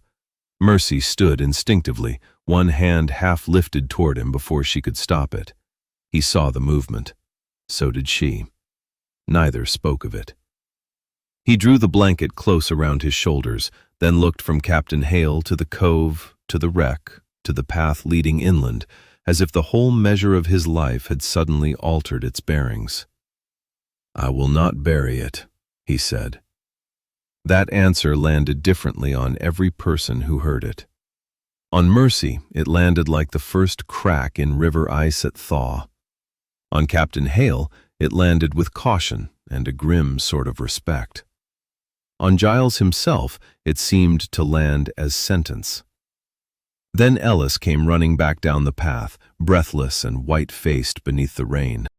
"Captain," he called, "there's a carriage on the upper road from Pevensea House, and the lady inside says she must see the Duke at once." The inland world always arrived too clean. Even after a night like that, even with the cove smelling of torn weed, blood, lamp oil, and salt, the carriage that came from Pevensea House brought with it the faint, dry scent of leather cushions and closed rooms. Mercy looked up the path and saw a dark equipage standing where the lane widened, horses blowing steam into the pale morning. A servant in a wet but carefully brushed coat held the door. From it descended a woman who seemed, at first glance, almost impossible in such a place. Slim, upright, wrapped in dove-gray cloth that had cost more than Mercy's whole winter upkeep, and carrying herself with the hard exactness of someone long obeyed. Lady Araminta Vale did not hurry. Women like her never do. She came down the slope with her skirts held just clear of the mud and her gaze taking in everything at once: the wrecked shingle, the covered dead, the rescued men, Captain Hale, Mercy with salt dried white at the cuff, and finally Giles under a blanket beside the opened case. She saw the disorder. She also saw, in a single trained glance, which disorder mattered most to her. "Giles," she said, and every person within earshot understood at once that she belonged to his world and not to theirs. "You are hurt, thank God. I was told you had gone to the coast in the night, and when the bells were heard—" Her eyes dropped to the case. "What is this?" The Duke rose before anyone could answer for him. Mercy disliked that he did it, because it was foolish. He had no steadiness in him yet. His face was still colorless from cold and strain, and one side of his hair was dark with blood where the rock had opened his temple. But he stood. Perhaps habit compelled him before rank. Perhaps pain did. Either way, he gathered the blanket around his shoulders and faced Lady Araminta like a man called to account before breakfast. "A wreck," he said, "and evidence." That word altered her expression by so little that only Mercy, who had spent years watching human faces at moments of bad news, might have caught it. The eyelids tightened, the mouth sharpened. Fear, in the well-bred, often dresses itself as annoyance. Evidence of what? Captain Hale answered before Giles could. Of a light left wanting, of papers deferred, of men put in darkness by economy. Lady Araminta turned toward him. It was not an openly rude look, she was too accomplished for that, but it held the cool dismissal of a person accustomed to measuring worth by address and income before listening to facts. "And you are?" "A half-pay captain," Hale said, "which is enough for present purposes." Mercy almost smiled despite everything. Almost. Lady Araminta did not waste time fencing with him. She went straight back to Giles. "Come away from here, at once. You are injured and exhausted, and this is no place for you to be making declarations in front of strangers. Any papers of consequence can be carried home and reviewed properly." There it was. Home. Properly. Carried away from wet hands and witnesses into rooms where consequence could be managed into something more agreeable. Mercy felt the danger of that more sharply than she had felt the rope breaking in the surf. The sea kills quickly. Rank kills by refinement. Giles looked at his aunt for a long moment. Then he said, "They are not strangers." The words were simple, and their effect was not. Martin, standing a little off with shoulders still hunched from the night's labor, lifted his head. Ellis stared openly. Mercy herself did not move, but something in her chest gave one startled beat. Lady Araminta heard it too. The smallest spot of color rose beneath her skin. She lowered her voice. "You do not know what you are saying." "I know exactly what I am saying." "You are cold, injured, and under the influence of distress." He gave a very tired, very bitter half-laugh. "For once, no. For once I am only awake." That landed harder than anger would have done. Mercy saw that it also frightened the lady, not because he was rude to her, because he was speaking from somewhere she had perhaps hoped no longer existed in him, a place beyond convenience, beyond management, beyond the old obedient machinery of his life. Her gaze shifted to Mercy then, and rested there. It was still perfectly mannered, still perfectly gentle. Yet in it lay the oldest accusation in the world of status. Who has filled your head, and by what presumption did you let yourself matter? Mercy met the look, and did not lower her own. Then Lady Araminta's eyes fell to the opened packet in Giles's bandaged hands, and whatever she saw written there changed her from merely displeased to truly alarmed. "Close that case," she said quietly. "Now." For one heartbeat, the shore seemed to wait on him. Lady Araminta had not raised her voice. She did not need to. Some people spend a lifetime learning how to make obedience sound like prudence, and she had mastered that language years before Mercy was born. Close that case. Now. It carried with it drawing rooms, family papers, sealed doors, discreet men with good handwriting, and scandals made to vanish under proper handling. Mercy knew all that without ever having lived in such rooms. Power has a smell to it, even at a distance. Dry paper, polished wood, fires that never go out unless ordered. Giles looked at the case, then at his aunt. The dawn had gone from slate to pale pewter by then. The surf still boomed below the outer rocks, but the sharp rage of the gale was passing, leaving behind the worst things sometimes: clarity. Men could now see what the night had cost. 2 bodies under canvas, survivors shivering in borrowed coats. The broken transport hunched out on the reef with one side torn away. Mercy, wet through to the skin and streaked with salt, stood beside a man she had once thought merely cold and now could not think of simply at all. Lady Araminta took one step nearer. "You are concussed, freezing, and being watched by half the parish. This is not the moment to play at virtue. Hand me the papers." Captain Hale's head came up at that. Play? She did not deign to turn toward him. "Captain, whatever has happened here, it will be better managed by those equipped to manage it." Mercy felt the old familiar anger in her then, the one that rose whenever the inland world used soft words to mean hard contempt. Better managed. As if the dead men under canvas were an inconvenience of filing, as if the dark on the reef had been only an administrative untidiness. She might have spoken. Captain Hale certainly would have. But Giles spoke first. "No," he said. Lady Araminta stared at him. It was not loud, it was not dramatic. Yet Mercy thought she had never heard a more decisive word, because it had cost him something to say it. He was shaking now, and not only from cold.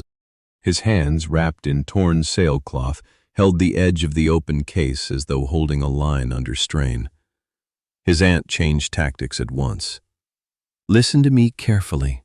If these papers are taken up publicly in this state without review, without counsel, without context, you will put the estate at hazard.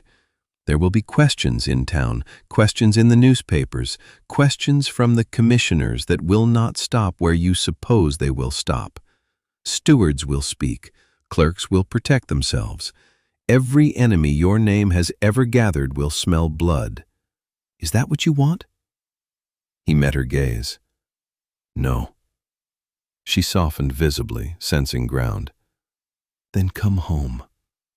And there, if you were listening closely, you could hear the whole old machine trying to pull him back inside itself, with shelter, with family duty, with the promise that truth, properly dressed, might yet be made survivable.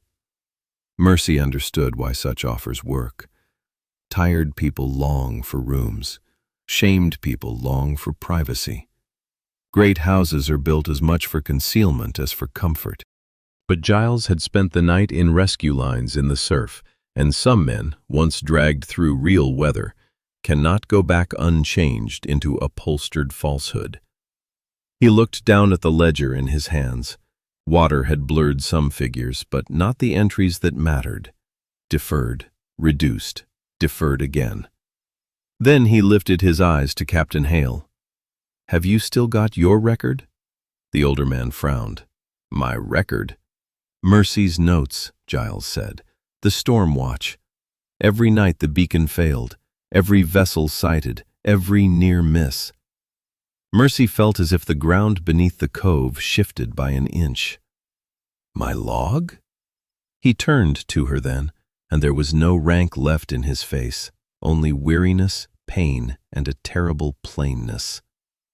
"Yes, if there is to be a Trinity House inquiry, I would have the truth whole." Lady Araminta's composure broke at last, though only in the tightening of her mouth.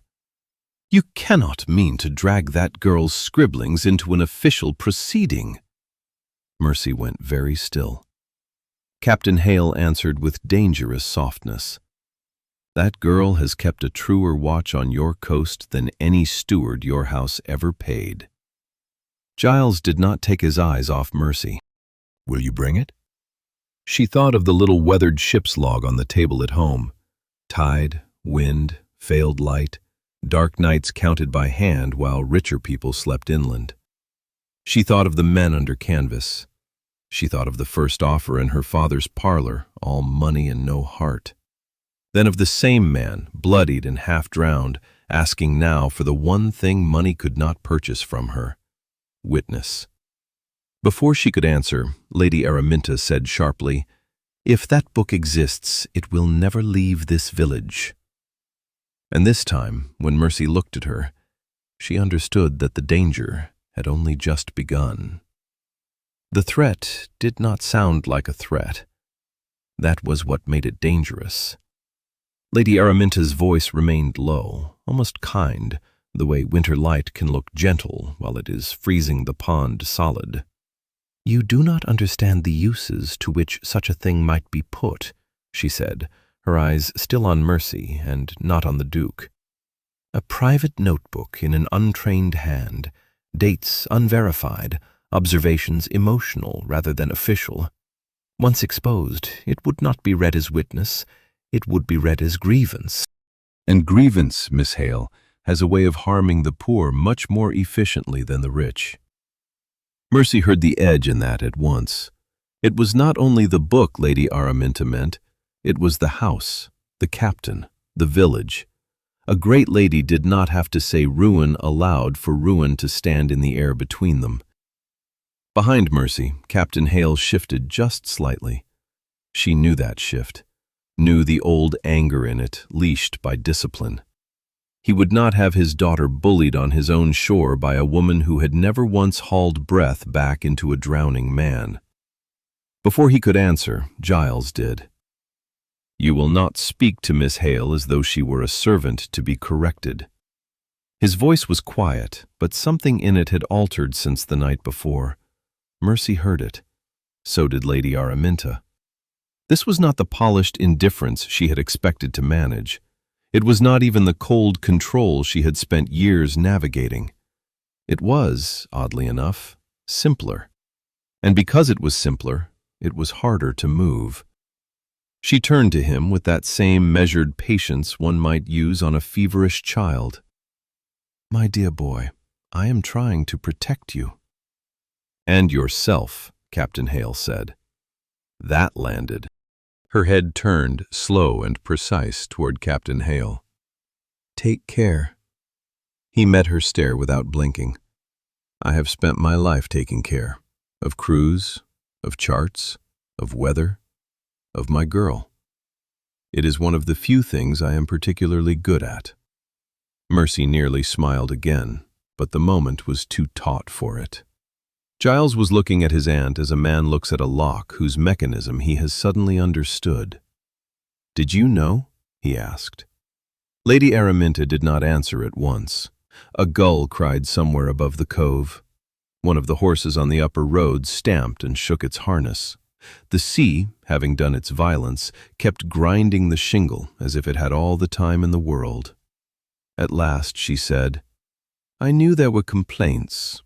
I knew stewards had made economies. I knew your late uncle's way of managing these outcoast expenses had been optimistic. I did not know a ship would break this morning." It was not confession exactly, but it was enough. Mercy watched the blow strike him, not because he had learned of greed in a house of wealth. No man born to rank is ever wholly innocent of that. But because he had learned how near to him the truth had stood all along while he chose not to look. He had spent years letting others arrange the cold machinery of his life, and now men were dead on the shore for it. He stooped, though the motion plainly pained him, and lifted the opened ledger again. "How long?" Lady Araminta's mouth tightened. "This is neither the hour nor the place." "How long?" "A season, perhaps more. The keeper petitioned, the steward reduced, the accounts were pressed." She hesitated. There were repairs inland, tenant arrears, bridge works. You signed the quarter abstracts with the rest. Mercy watched that go into him like iron driven slowly home. She thought, in that instant, of the little entries in her own log. Beacon late, beacon dim, no light at all from the second watch till near dawn. She had written them by habit, by stubbornness, by a coast girl's refusal to let dark pass unnamed. She had never truly believed those small lines might one day stand opposite a duke and matter. Lady Araminta saw the direction of his thought and moved at once. Giles, be sensible. That notebook must not become public property. Whatever you imagine justice to require, the world does not reward self-accusation. It devours it. Bring the case home. Let me send for counsel. Let me speak to the commissioners before this becomes theater. There, that word, theater. As if the night's labor, the dead, the wrecked boy, the ripped hands, the cove itself, were all in danger of becoming a scene rather than remaining a fact. Giles turned to Mercy.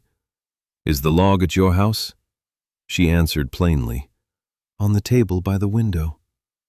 Then it must be fetched before anyone else thinks to fetch it first.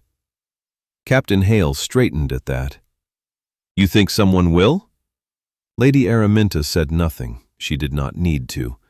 Ellis, who had been listening with a boy's wide-eyed horror from the edge of the path, suddenly blurted, Captain, there was a rider past me half a minute ago, going hard for the village.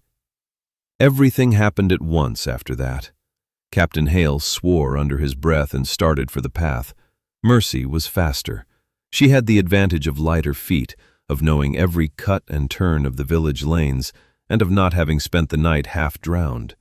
She snatched up her cloak from a rock where it had been flung, dragged it around her shoulders, and took 2 strides before Giles caught her by the wrist. The grip was weak from injury, yet urgent. She turned. He had come 2 paces after her and stopped there, breathing hard, the blanket slipping again from one shoulder. You are shaking, he said. So are you. I know the sort of man who would be sent. Mercy looked at him. Salt was drying in the line of his jaw. There was blood at his temple and exhaustion in every part of him, yet the old cold in him had changed shape. It was no longer absence. It was concentration. Then tell me, she said. A steward, or the steward's clerk, someone who will smile, apologize for intruding, and take whatever can be carried without leaving marks enough to prove theft. His mouth hardened. Go by the back lane. They will use the front. Captain Hale had reached them by then. Mercy, take Ellis with you. No, Giles said at once. Ellis is known. If they see him run, they'll know why. Send Martin to hold the road. Mercy goes unseen. Lady Araminta, who had followed as far as the foot of the cove path without so much as muddying her hem, said sharply, This is madness. You are giving instructions to common people as though they were the only honest company I have this morning, Giles said. That stopped her dead. Mercy did not wait for more. She broke from them and ran. The back way to the Hales' house climbed first through a strip of bent grass above the cove, then cut inland between stone walls patched with moss and blown weed.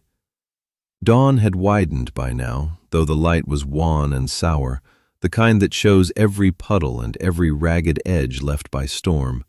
Her shoes slipped in mud. Her wet skirt clung around her knees.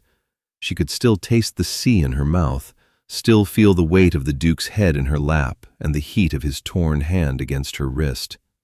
She pushed all of that aside and ran harder. Here is the truth of a poor house.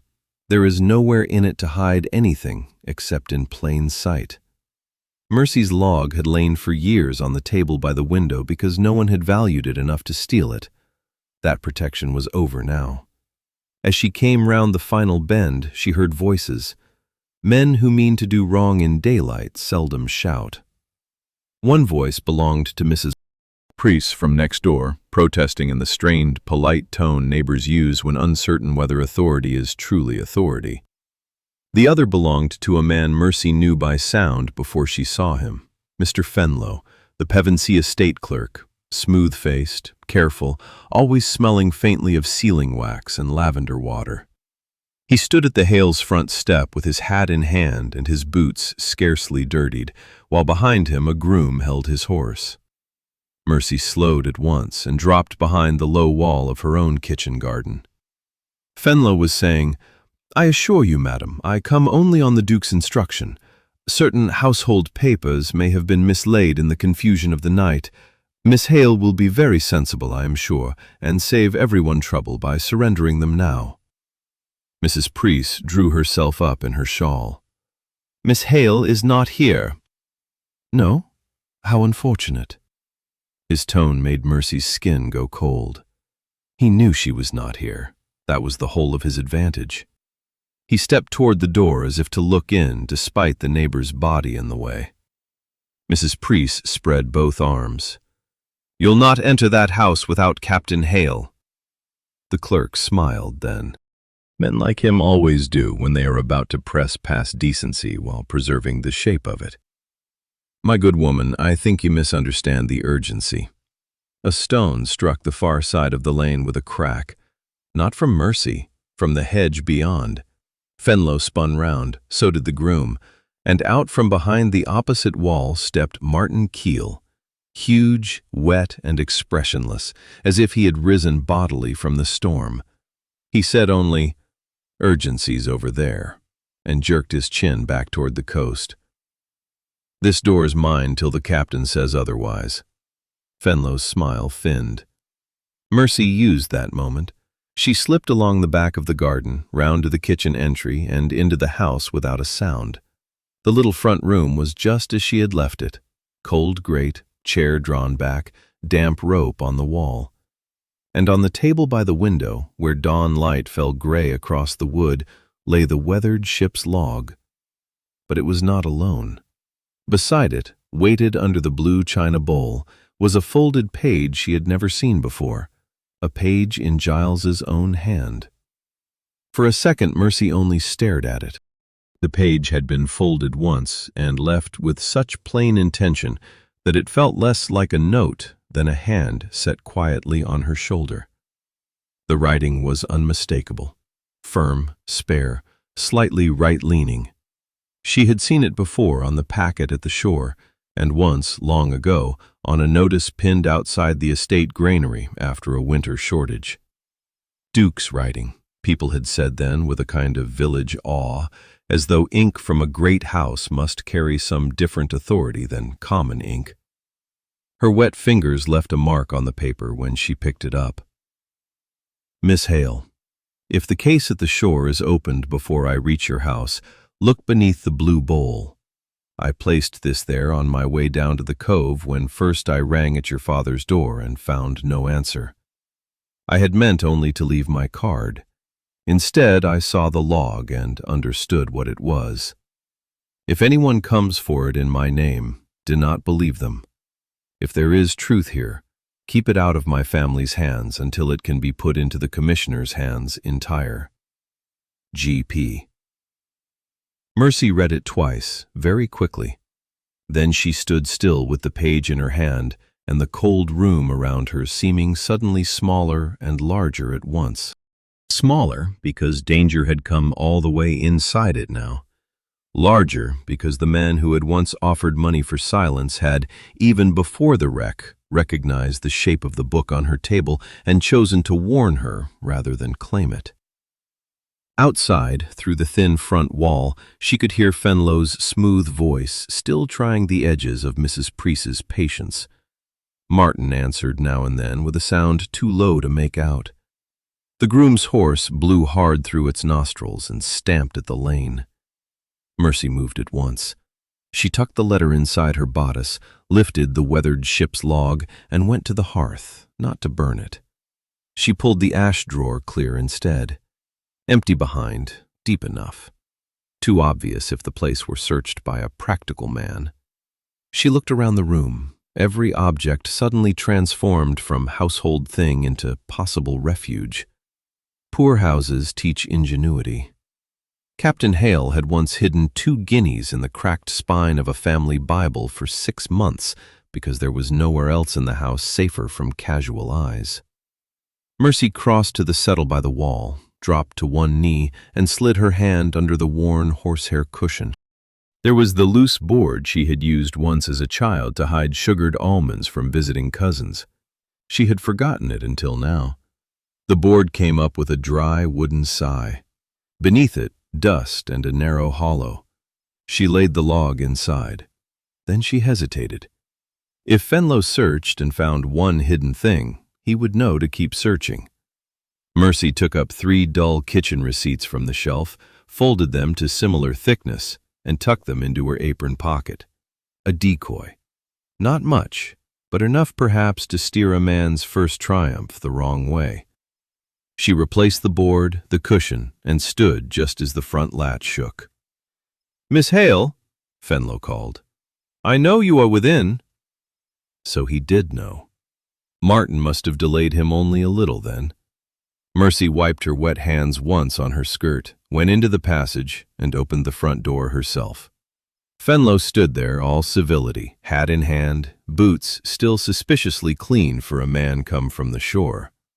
His light-colored whiskers were beaded with mist. Behind him, Mrs. Priest looked ready to bite, and Martin stood in the lane like a church tower with fists. The clerk's eyes flicked over Mercy in one trained glance. Damp hair, salt-stained sleeves, no bundle in hand. He smiled. "Miss Hale, my apologies for the intrusion. His Grace requires the return of a notebook mistakenly left in your possession." "He requires no such thing." The smile altered by a fraction. "I fear you are misinformed." "No," Mercy said. "I am perfectly informed." They looked at one another. This was a different kind of surf, but dangerous in its own way. Fenlo saw, she knew, that blunt refusal would not answer. He leaned one shoulder to the doorpost as if they were discussing some tiresome parish matter. "Miss Hale, let me speak plainly. Papers are missing from the wreck. Their improper circulation would injure names far above yours and do no good whatever to those below. You are a sensible woman. Spare yourself this." Mercy's hand tightened around the receipts in her pocket.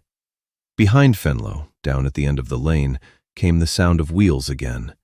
Not the light, smart roll of Lady Araminta's carriage, but a heavier conveyance, official in its pace, and followed by 2 mounted men. Fenlo heard it too, and for the first time that morning, the clerk looked afraid. Fenlo recovered first, as men like him usually do. Fear passed over his face and was tidied away almost at once, folded back into civility before most people would have marked it. He stepped half aside from Mercy's door and turned toward the sound of the wheels with his hat already in hand, prepared, no doubt, to become useful to whatever authority had arrived. But the lane was too narrow, the morning too raw, and the air too full of shipwreck for such neat transformations to work as they usually did. The heavier carriage drew up at the bend without elegance. Mud spattered the panels. The 2 mounted men behind it wore wet cloaks and practical expressions. On the door, half obscured by rain and road grime, Mercy saw the official crest before she fully read it. Commission Office. The sort of insignia that made clerks cautious and stewards sleepless. Mrs. Priest gave a little gasp beside the gate. A broad man in a dark coat climbed down first, older than Fenlo, red-eared from the cold, with one of those faces made more for ledgers than conversation. He glanced once at the cottage, once at Martin by the gate, and finally at Fenlo, whose politeness had begun to look undernourished. "Which of you is Mr. Fenlo of the Pevensea estate?" he asked. The clerk smiled.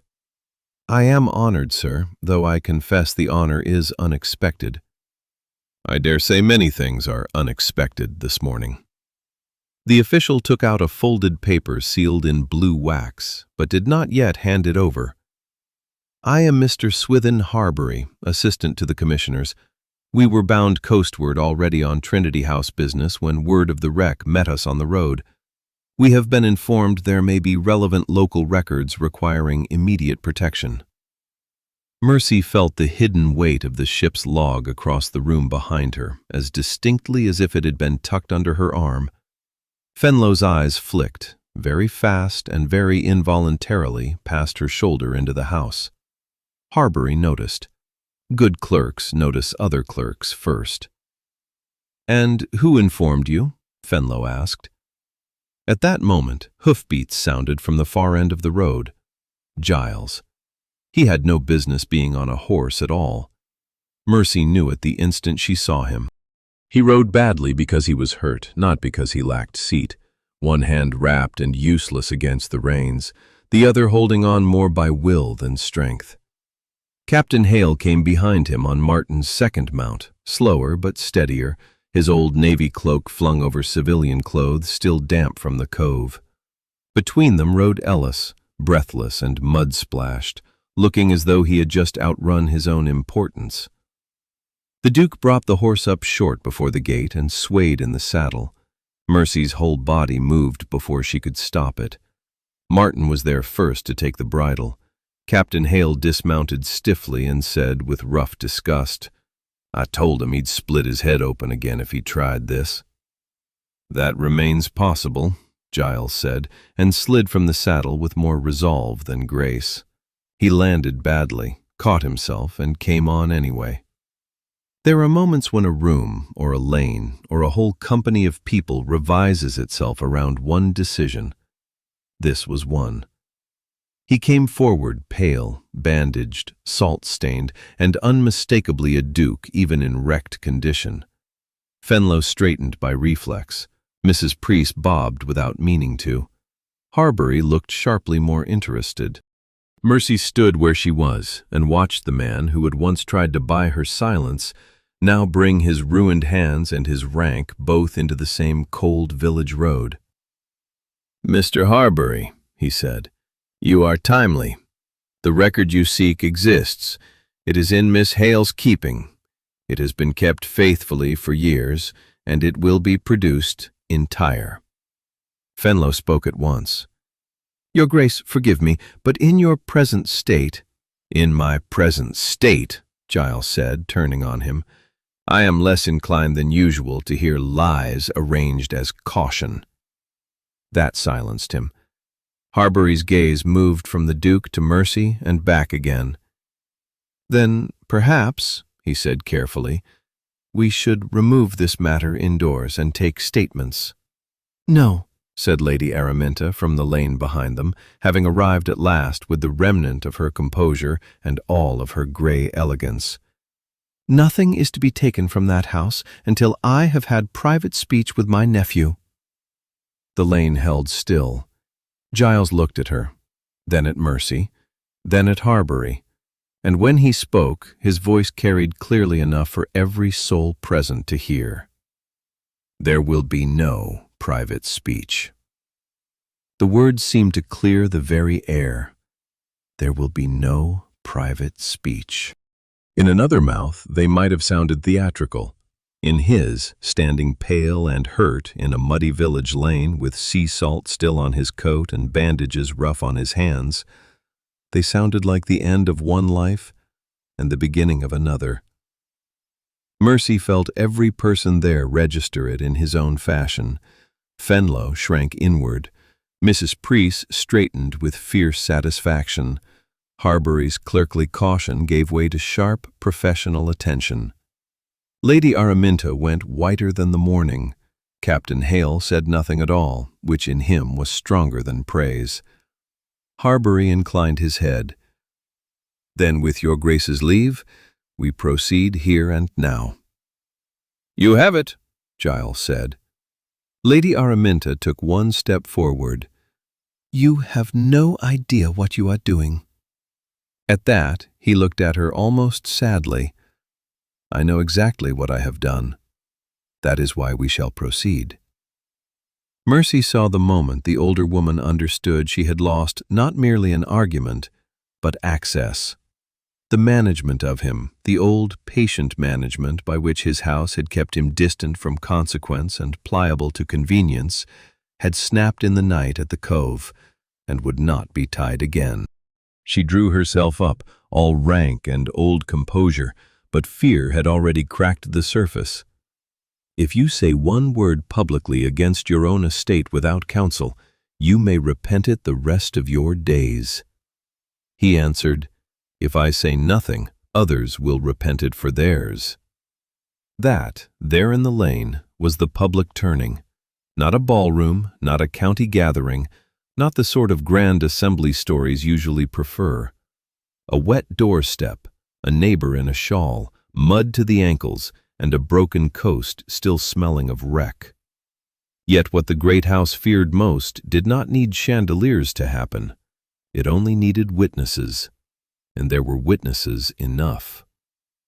Harbury opened his case and drew out a fresh folio. Miss Hale, he said, looking toward her door, if the local record is indeed in your keeping, I must request its production. Mercy did not move at once because she understood the weight of the next step. That little book had been hers alone for years, private labor, private vigilance, the scratchings of a coast woman nobody asked and nobody funded. Once handed over, it would pass into official hands, be copied, judged, tested, perhaps attacked. It would no longer be merely true. It would have to survive being called inconvenient. She looked at her father. The half-pay captain's face was stern, tired, and very tender all at once. He gave the smallest nod. So she went into the house and brought it out. The weathered ship's log lay plain in her hands, the brown cover rubbed pale at the corners, one strap repaired with thread of another color. Harbury took it more reverently than she had expected. He opened to the first pages, where dates and winds and failed lights marched in Mercy's blunt handwriting, each entry small on its own, enormous together. Fenlo tried for one last interruption. This proves nothing by itself. It is a private memorandum, not a certified account. Harbury did not even look up. That is why we compare it against the transport packet, the keeper's returns, and the estate abstracts. Then he did look up, and his voice went colder. You were eager enough to recover it a quarter-hour ago, sir. Fenlo closed his mouth. Giles had not taken his eyes off Mercy since she came back through the doorway with the book. There was gratitude there, yes, but deeper than gratitude. Something like humility, and something more dangerous still beginning to rise under it. She felt it, and because she felt it, she looked away first. Harbury began taking statements in the lane. The ship's boy, the rescued soldier, Martin, Ellis, Mrs. Preece with unexpected vigor, Captain Hale with a precision that made the commissioner's pen quicken visibly. Then at last Harbury turned to the Duke. Your Grace, before we adjourn to the coast for inspection, I require one answer plainly. Did you know, before this morning, that the North Reach light had been repeatedly allowed to fail under your seal? The lane went still. Lady Araminta's gloved hand tightened on her reticule. Fenlo looked down. Mercy did not breathe. Captain Hale watched Giles with that same unsparing steadiness with which he had once refused his first proposal. The whole of it had narrowed now to the measure of a single man's truth. Giles lifted his bandaged hands, looked at them once as if they belonged to the life he was leaving, and said, I knew. And I did not know. I signed what I did not see. I let others spend lives for savings in my name. He paused. Then he added, and Mercy felt the world change with it, write it down exactly so. After that, the lane belonged to the truth. Truth never takes possession cleanly, of course. It must be written down, argued over, weighed by men in dry coats, and fenced round by procedure before the world agrees to call it by its proper name. But something had happened that could not be unsaid. The Duke had spoken against himself in front of witnesses who did not owe him silence, and every face in the lane knew it. Harbury's pen moved at once. "Read that back," Giles said. The commissioner did, slowly, exactly, with the wet folio braced against his case. "I signed what I did not see. I let others spend lives for savings in my name. Write it down exactly so." When the words came back into the morning air, Lady Araminta closed her eyes for one brief moment, as if a door had shut somewhere behind her. Fenlo looked sick. Captain Hale did not move at all. Mercy stood in her own doorway with the hidden letter still warm against her skin, and felt the old world shifting under her feet, inch by inch. Harbury took further statements there and then. He required the transport packet. He required Mercy's log. He required the names of the keeper, the steward, and every officer aboard who had handled the complaint. Fenlo tried once to object on technical grounds, and was silenced so coldly by the commissioner that he did not attempt it again. Lady Araminta withdrew to her carriage, not in defeat exactly, for women like her do not permit themselves that luxury, but in a species of rigid alarm. She sent her maid twice to request private speech with Giles. Twice he refused.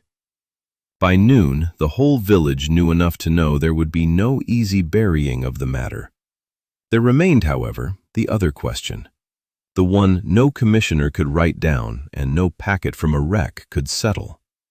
What was to happen now between the poor captain's daughter and the man who had come first to buy and then to confess? Mercy kept herself too busy through the day to let the question catch her standing still. She helped settle the rescued men in borrowed beds and lofts. She carried broth where needed and blankets where wanted. She answered Harbury's clerk on dates and tides until her own voice began to sound thin to her. Yet beneath all this plain work, another current ran. Giles did not leave. He might have. A man in his position, having done the honorable public thing, might well have withdrawn to nurse his injuries and let servants and officials continue the ugly business after him. He did not. He remained on the coast through the whole long day, moving with pain now visible in every step, and gave himself over to the labor that still had doing. He stood with the keeper at the ruined beacon and demanded account books. He sent his own groom for surgeons to tend the transport survivors before attending to his own temple wound. He took the commissioner down the cove path himself and pointed out the shelf, the cut of current, the place where the light should have saved men and did not. He endured it all without once asking who watched. Captain Hale watched. The old sailor saw, as fathers do, the difference between an hour's repentance and a day's changed conduct. Near dusk, when the commissioner had at last gone to his inn with the case and the log under seal, and the village had fallen into that exhausted hush which follows catastrophe, Hale found Mercy in the kitchen, folding dry linen by the failing light. The room smelled of onions, wet wool, and the coal she had at last allowed herself to burn freely after such a night. "He's still up at the watch shelter," Captain Hale said. Mercy kept folding. "Is he?" "He asked if he might speak to me. I told him no." That made her look up. Her father's lined face was unreadable for a beat. Then, because he was a just man and not a cruel one, he added, "I told him he had spent enough months trying to arrange things through other people. If he has words for my daughter, he may carry them to her himself." The linen in Mercy's hands had gone suddenly still. Captain Hale came a little farther into the room and laid one weathered hand on the table between them. "My girl," he said quietly, "I refused him once because he had a rich man's answer to a human need. I would do it again tomorrow. But what stood in this lane today was no rich man's answer." Mercy looked down at the folded cloth, then back at her father. "And if I do not know what mine is?" A shadow of tenderness crossed his worn face. Then go and find out. So when the first evening star was trying to show through ragged cloud above the darkening sea, Mercy took up her shawl and went out alone toward the headland. The wind had gentled. The path was still wet. Below, the reef muttered in the dusk, and the repaired lantern at the shelter door burned low and steady. And inside that little stone place where she had kept watch so many years by herself, she saw him waiting. He had lit no fire inside the shelter. Only the lantern burned, low and amber, throwing its small circle over the stone bench, the damp wall, the brass telescope, and the man who stood beside the open shutter looking out over the dark sea. When Mercy stepped in, he turned at once. He looked worse than he had in the lane. The hurt had settled into him now that urgency was done. There was weariness in the set of his shoulders and a grayness under the skin that no breeding could hide. Yet the old cold was gone, entirely gone. What remained was harder and gentler both. "I ought not to have come," he said. "Your father told me that, and then told me to come anyway." Mercy set down her shawl. The lantern flame trembled once in the draught from the open door. "He has a taste for exact justice." "Yes." A faint, tired smile crossed his face. "I have discovered that." For a moment they simply stood there with the sea below them and the long storm behind them, and all the things still unresolved between them. Then Giles drew one slow breath. "When I came to your house," he said, "I believed money was the only honest thing left in me to offer because I thought the rest of me was worth nothing, not because I thought it noble. A fortune, a title, safety, arrangement. Those were things I could set on a table and name. They required no courage that mattered. Your father saw that at once. You saw it too." He glanced down at his bandaged hands and gave a short, rueful breath. "I did not know how poor I was until I stood on your shore and found there were lives my money could not reach ahead of my own body." Mercy listened without interrupting. She had always known that silence can be the kindest room a human being is ever given. He came one step nearer. "I do not ask you to forget how I began. I should despise myself if you did. I came to buy peace and found instead that peace bought at the price of truth is only another form of rot. Then I came to save men because there was no one else near enough. And somewhere between the reef and this evening—" He stopped, not from artifice, but from feeling too large to pass cleanly through speech. "Somewhere in that space, I understood that I had not been drawn back to your house by convenience. I had been drawn by you." Mercy's hand tightened on the back of the stone bench. He saw it and went on, quieter still. "I love you. It is not for your usefulness, though God knows there is no one more useful in this county. It is not for your silence, for you are never silent where it matters. You do not make me better by magic. You make me answerable. And that, I think, is nearer grace." His voice roughened. "I love you because when the whole of me was cold and arranged and deadened over, you looked straight at it and did not flatter it, did not fear it, and did not sell yourself to it. I have nothing now that I wish to lay before you except myself plainly, and I know well what a poor offering that once would have sounded. It no longer seems poor to me. It seems all." Mercy had thought, in the long, invisible years of her life, that if love ever came, it would arrive with some great sweetness, some lifting lightness, some easy certainty. Instead, it came like this, with the smell of salt still in the air, with grief not denied, with a man before her who had ceased to be splendid and become true. She said very softly, "Do you know what I thought when you first came to our door?" "No." "I thought you had mistaken me for a woman who could be kept comfortable in exchange for disappearing inside your life. She lifted her eyes to his. I could not survive that. I have stood too long in real weather. I know. And I thought. She stopped because this part cost her.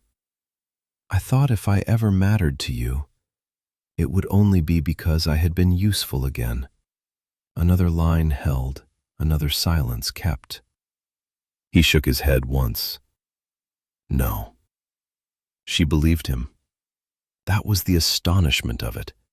He was a duke, and he had spoken finely, but she believed him because he had stood in freezing surf beside men who owed him nothing, and because afterward he had chosen the truth when the whole machinery of his life begged him not to. So Mercy crossed the little space between them.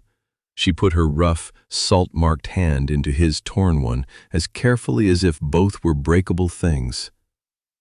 Then hear me plainly too, she said. I will not be arranged. I will not be hidden when your world grows embarrassed of me. I will not stop keeping watch in whatever form the watch must take. If I come to you, I come whole. His fingers closed around hers with exquisite care. Come whole. And yes, Mercy said, and now the word came with all the steadiness of her own life behind it. I love you too. He closed his eyes for one moment, as if the whole hard coast had gone still under him. What followed needed no grandeur, no witnesses, no speeches. Only his forehead resting lightly against hers in the lantern glow, and both of them standing very quiet, while outside, below the cliff, the newly tended beacon sent its beam across the black water in patient turns. The light did not hurry. It simply kept returning, again and again, to the places that could not safely be left dark. By spring, the inquiry had done its work. The steward was dismissed, the accounts reopened, the North Reach light restored under stricter keeping, and the coast knew fewer blind nights. Captain Hale, who trusted slowly and loved deeply, gave his consent without flourish and with complete conviction. He said only that a man who had learned to fear the dark he caused was a man worth his daughter's hand. Later, when the wind changed and the first clear evening came after many wet ones, Mercy found her old log on the shelf beside a newer ledger for the beacon stores. The two books stood together without quarrel, witness beside repair. And outside, over the water, the lamp kept its hour. If you'd like, leave a word below for the moment that stayed with you most, and stay near this fire by subscribing for the next story.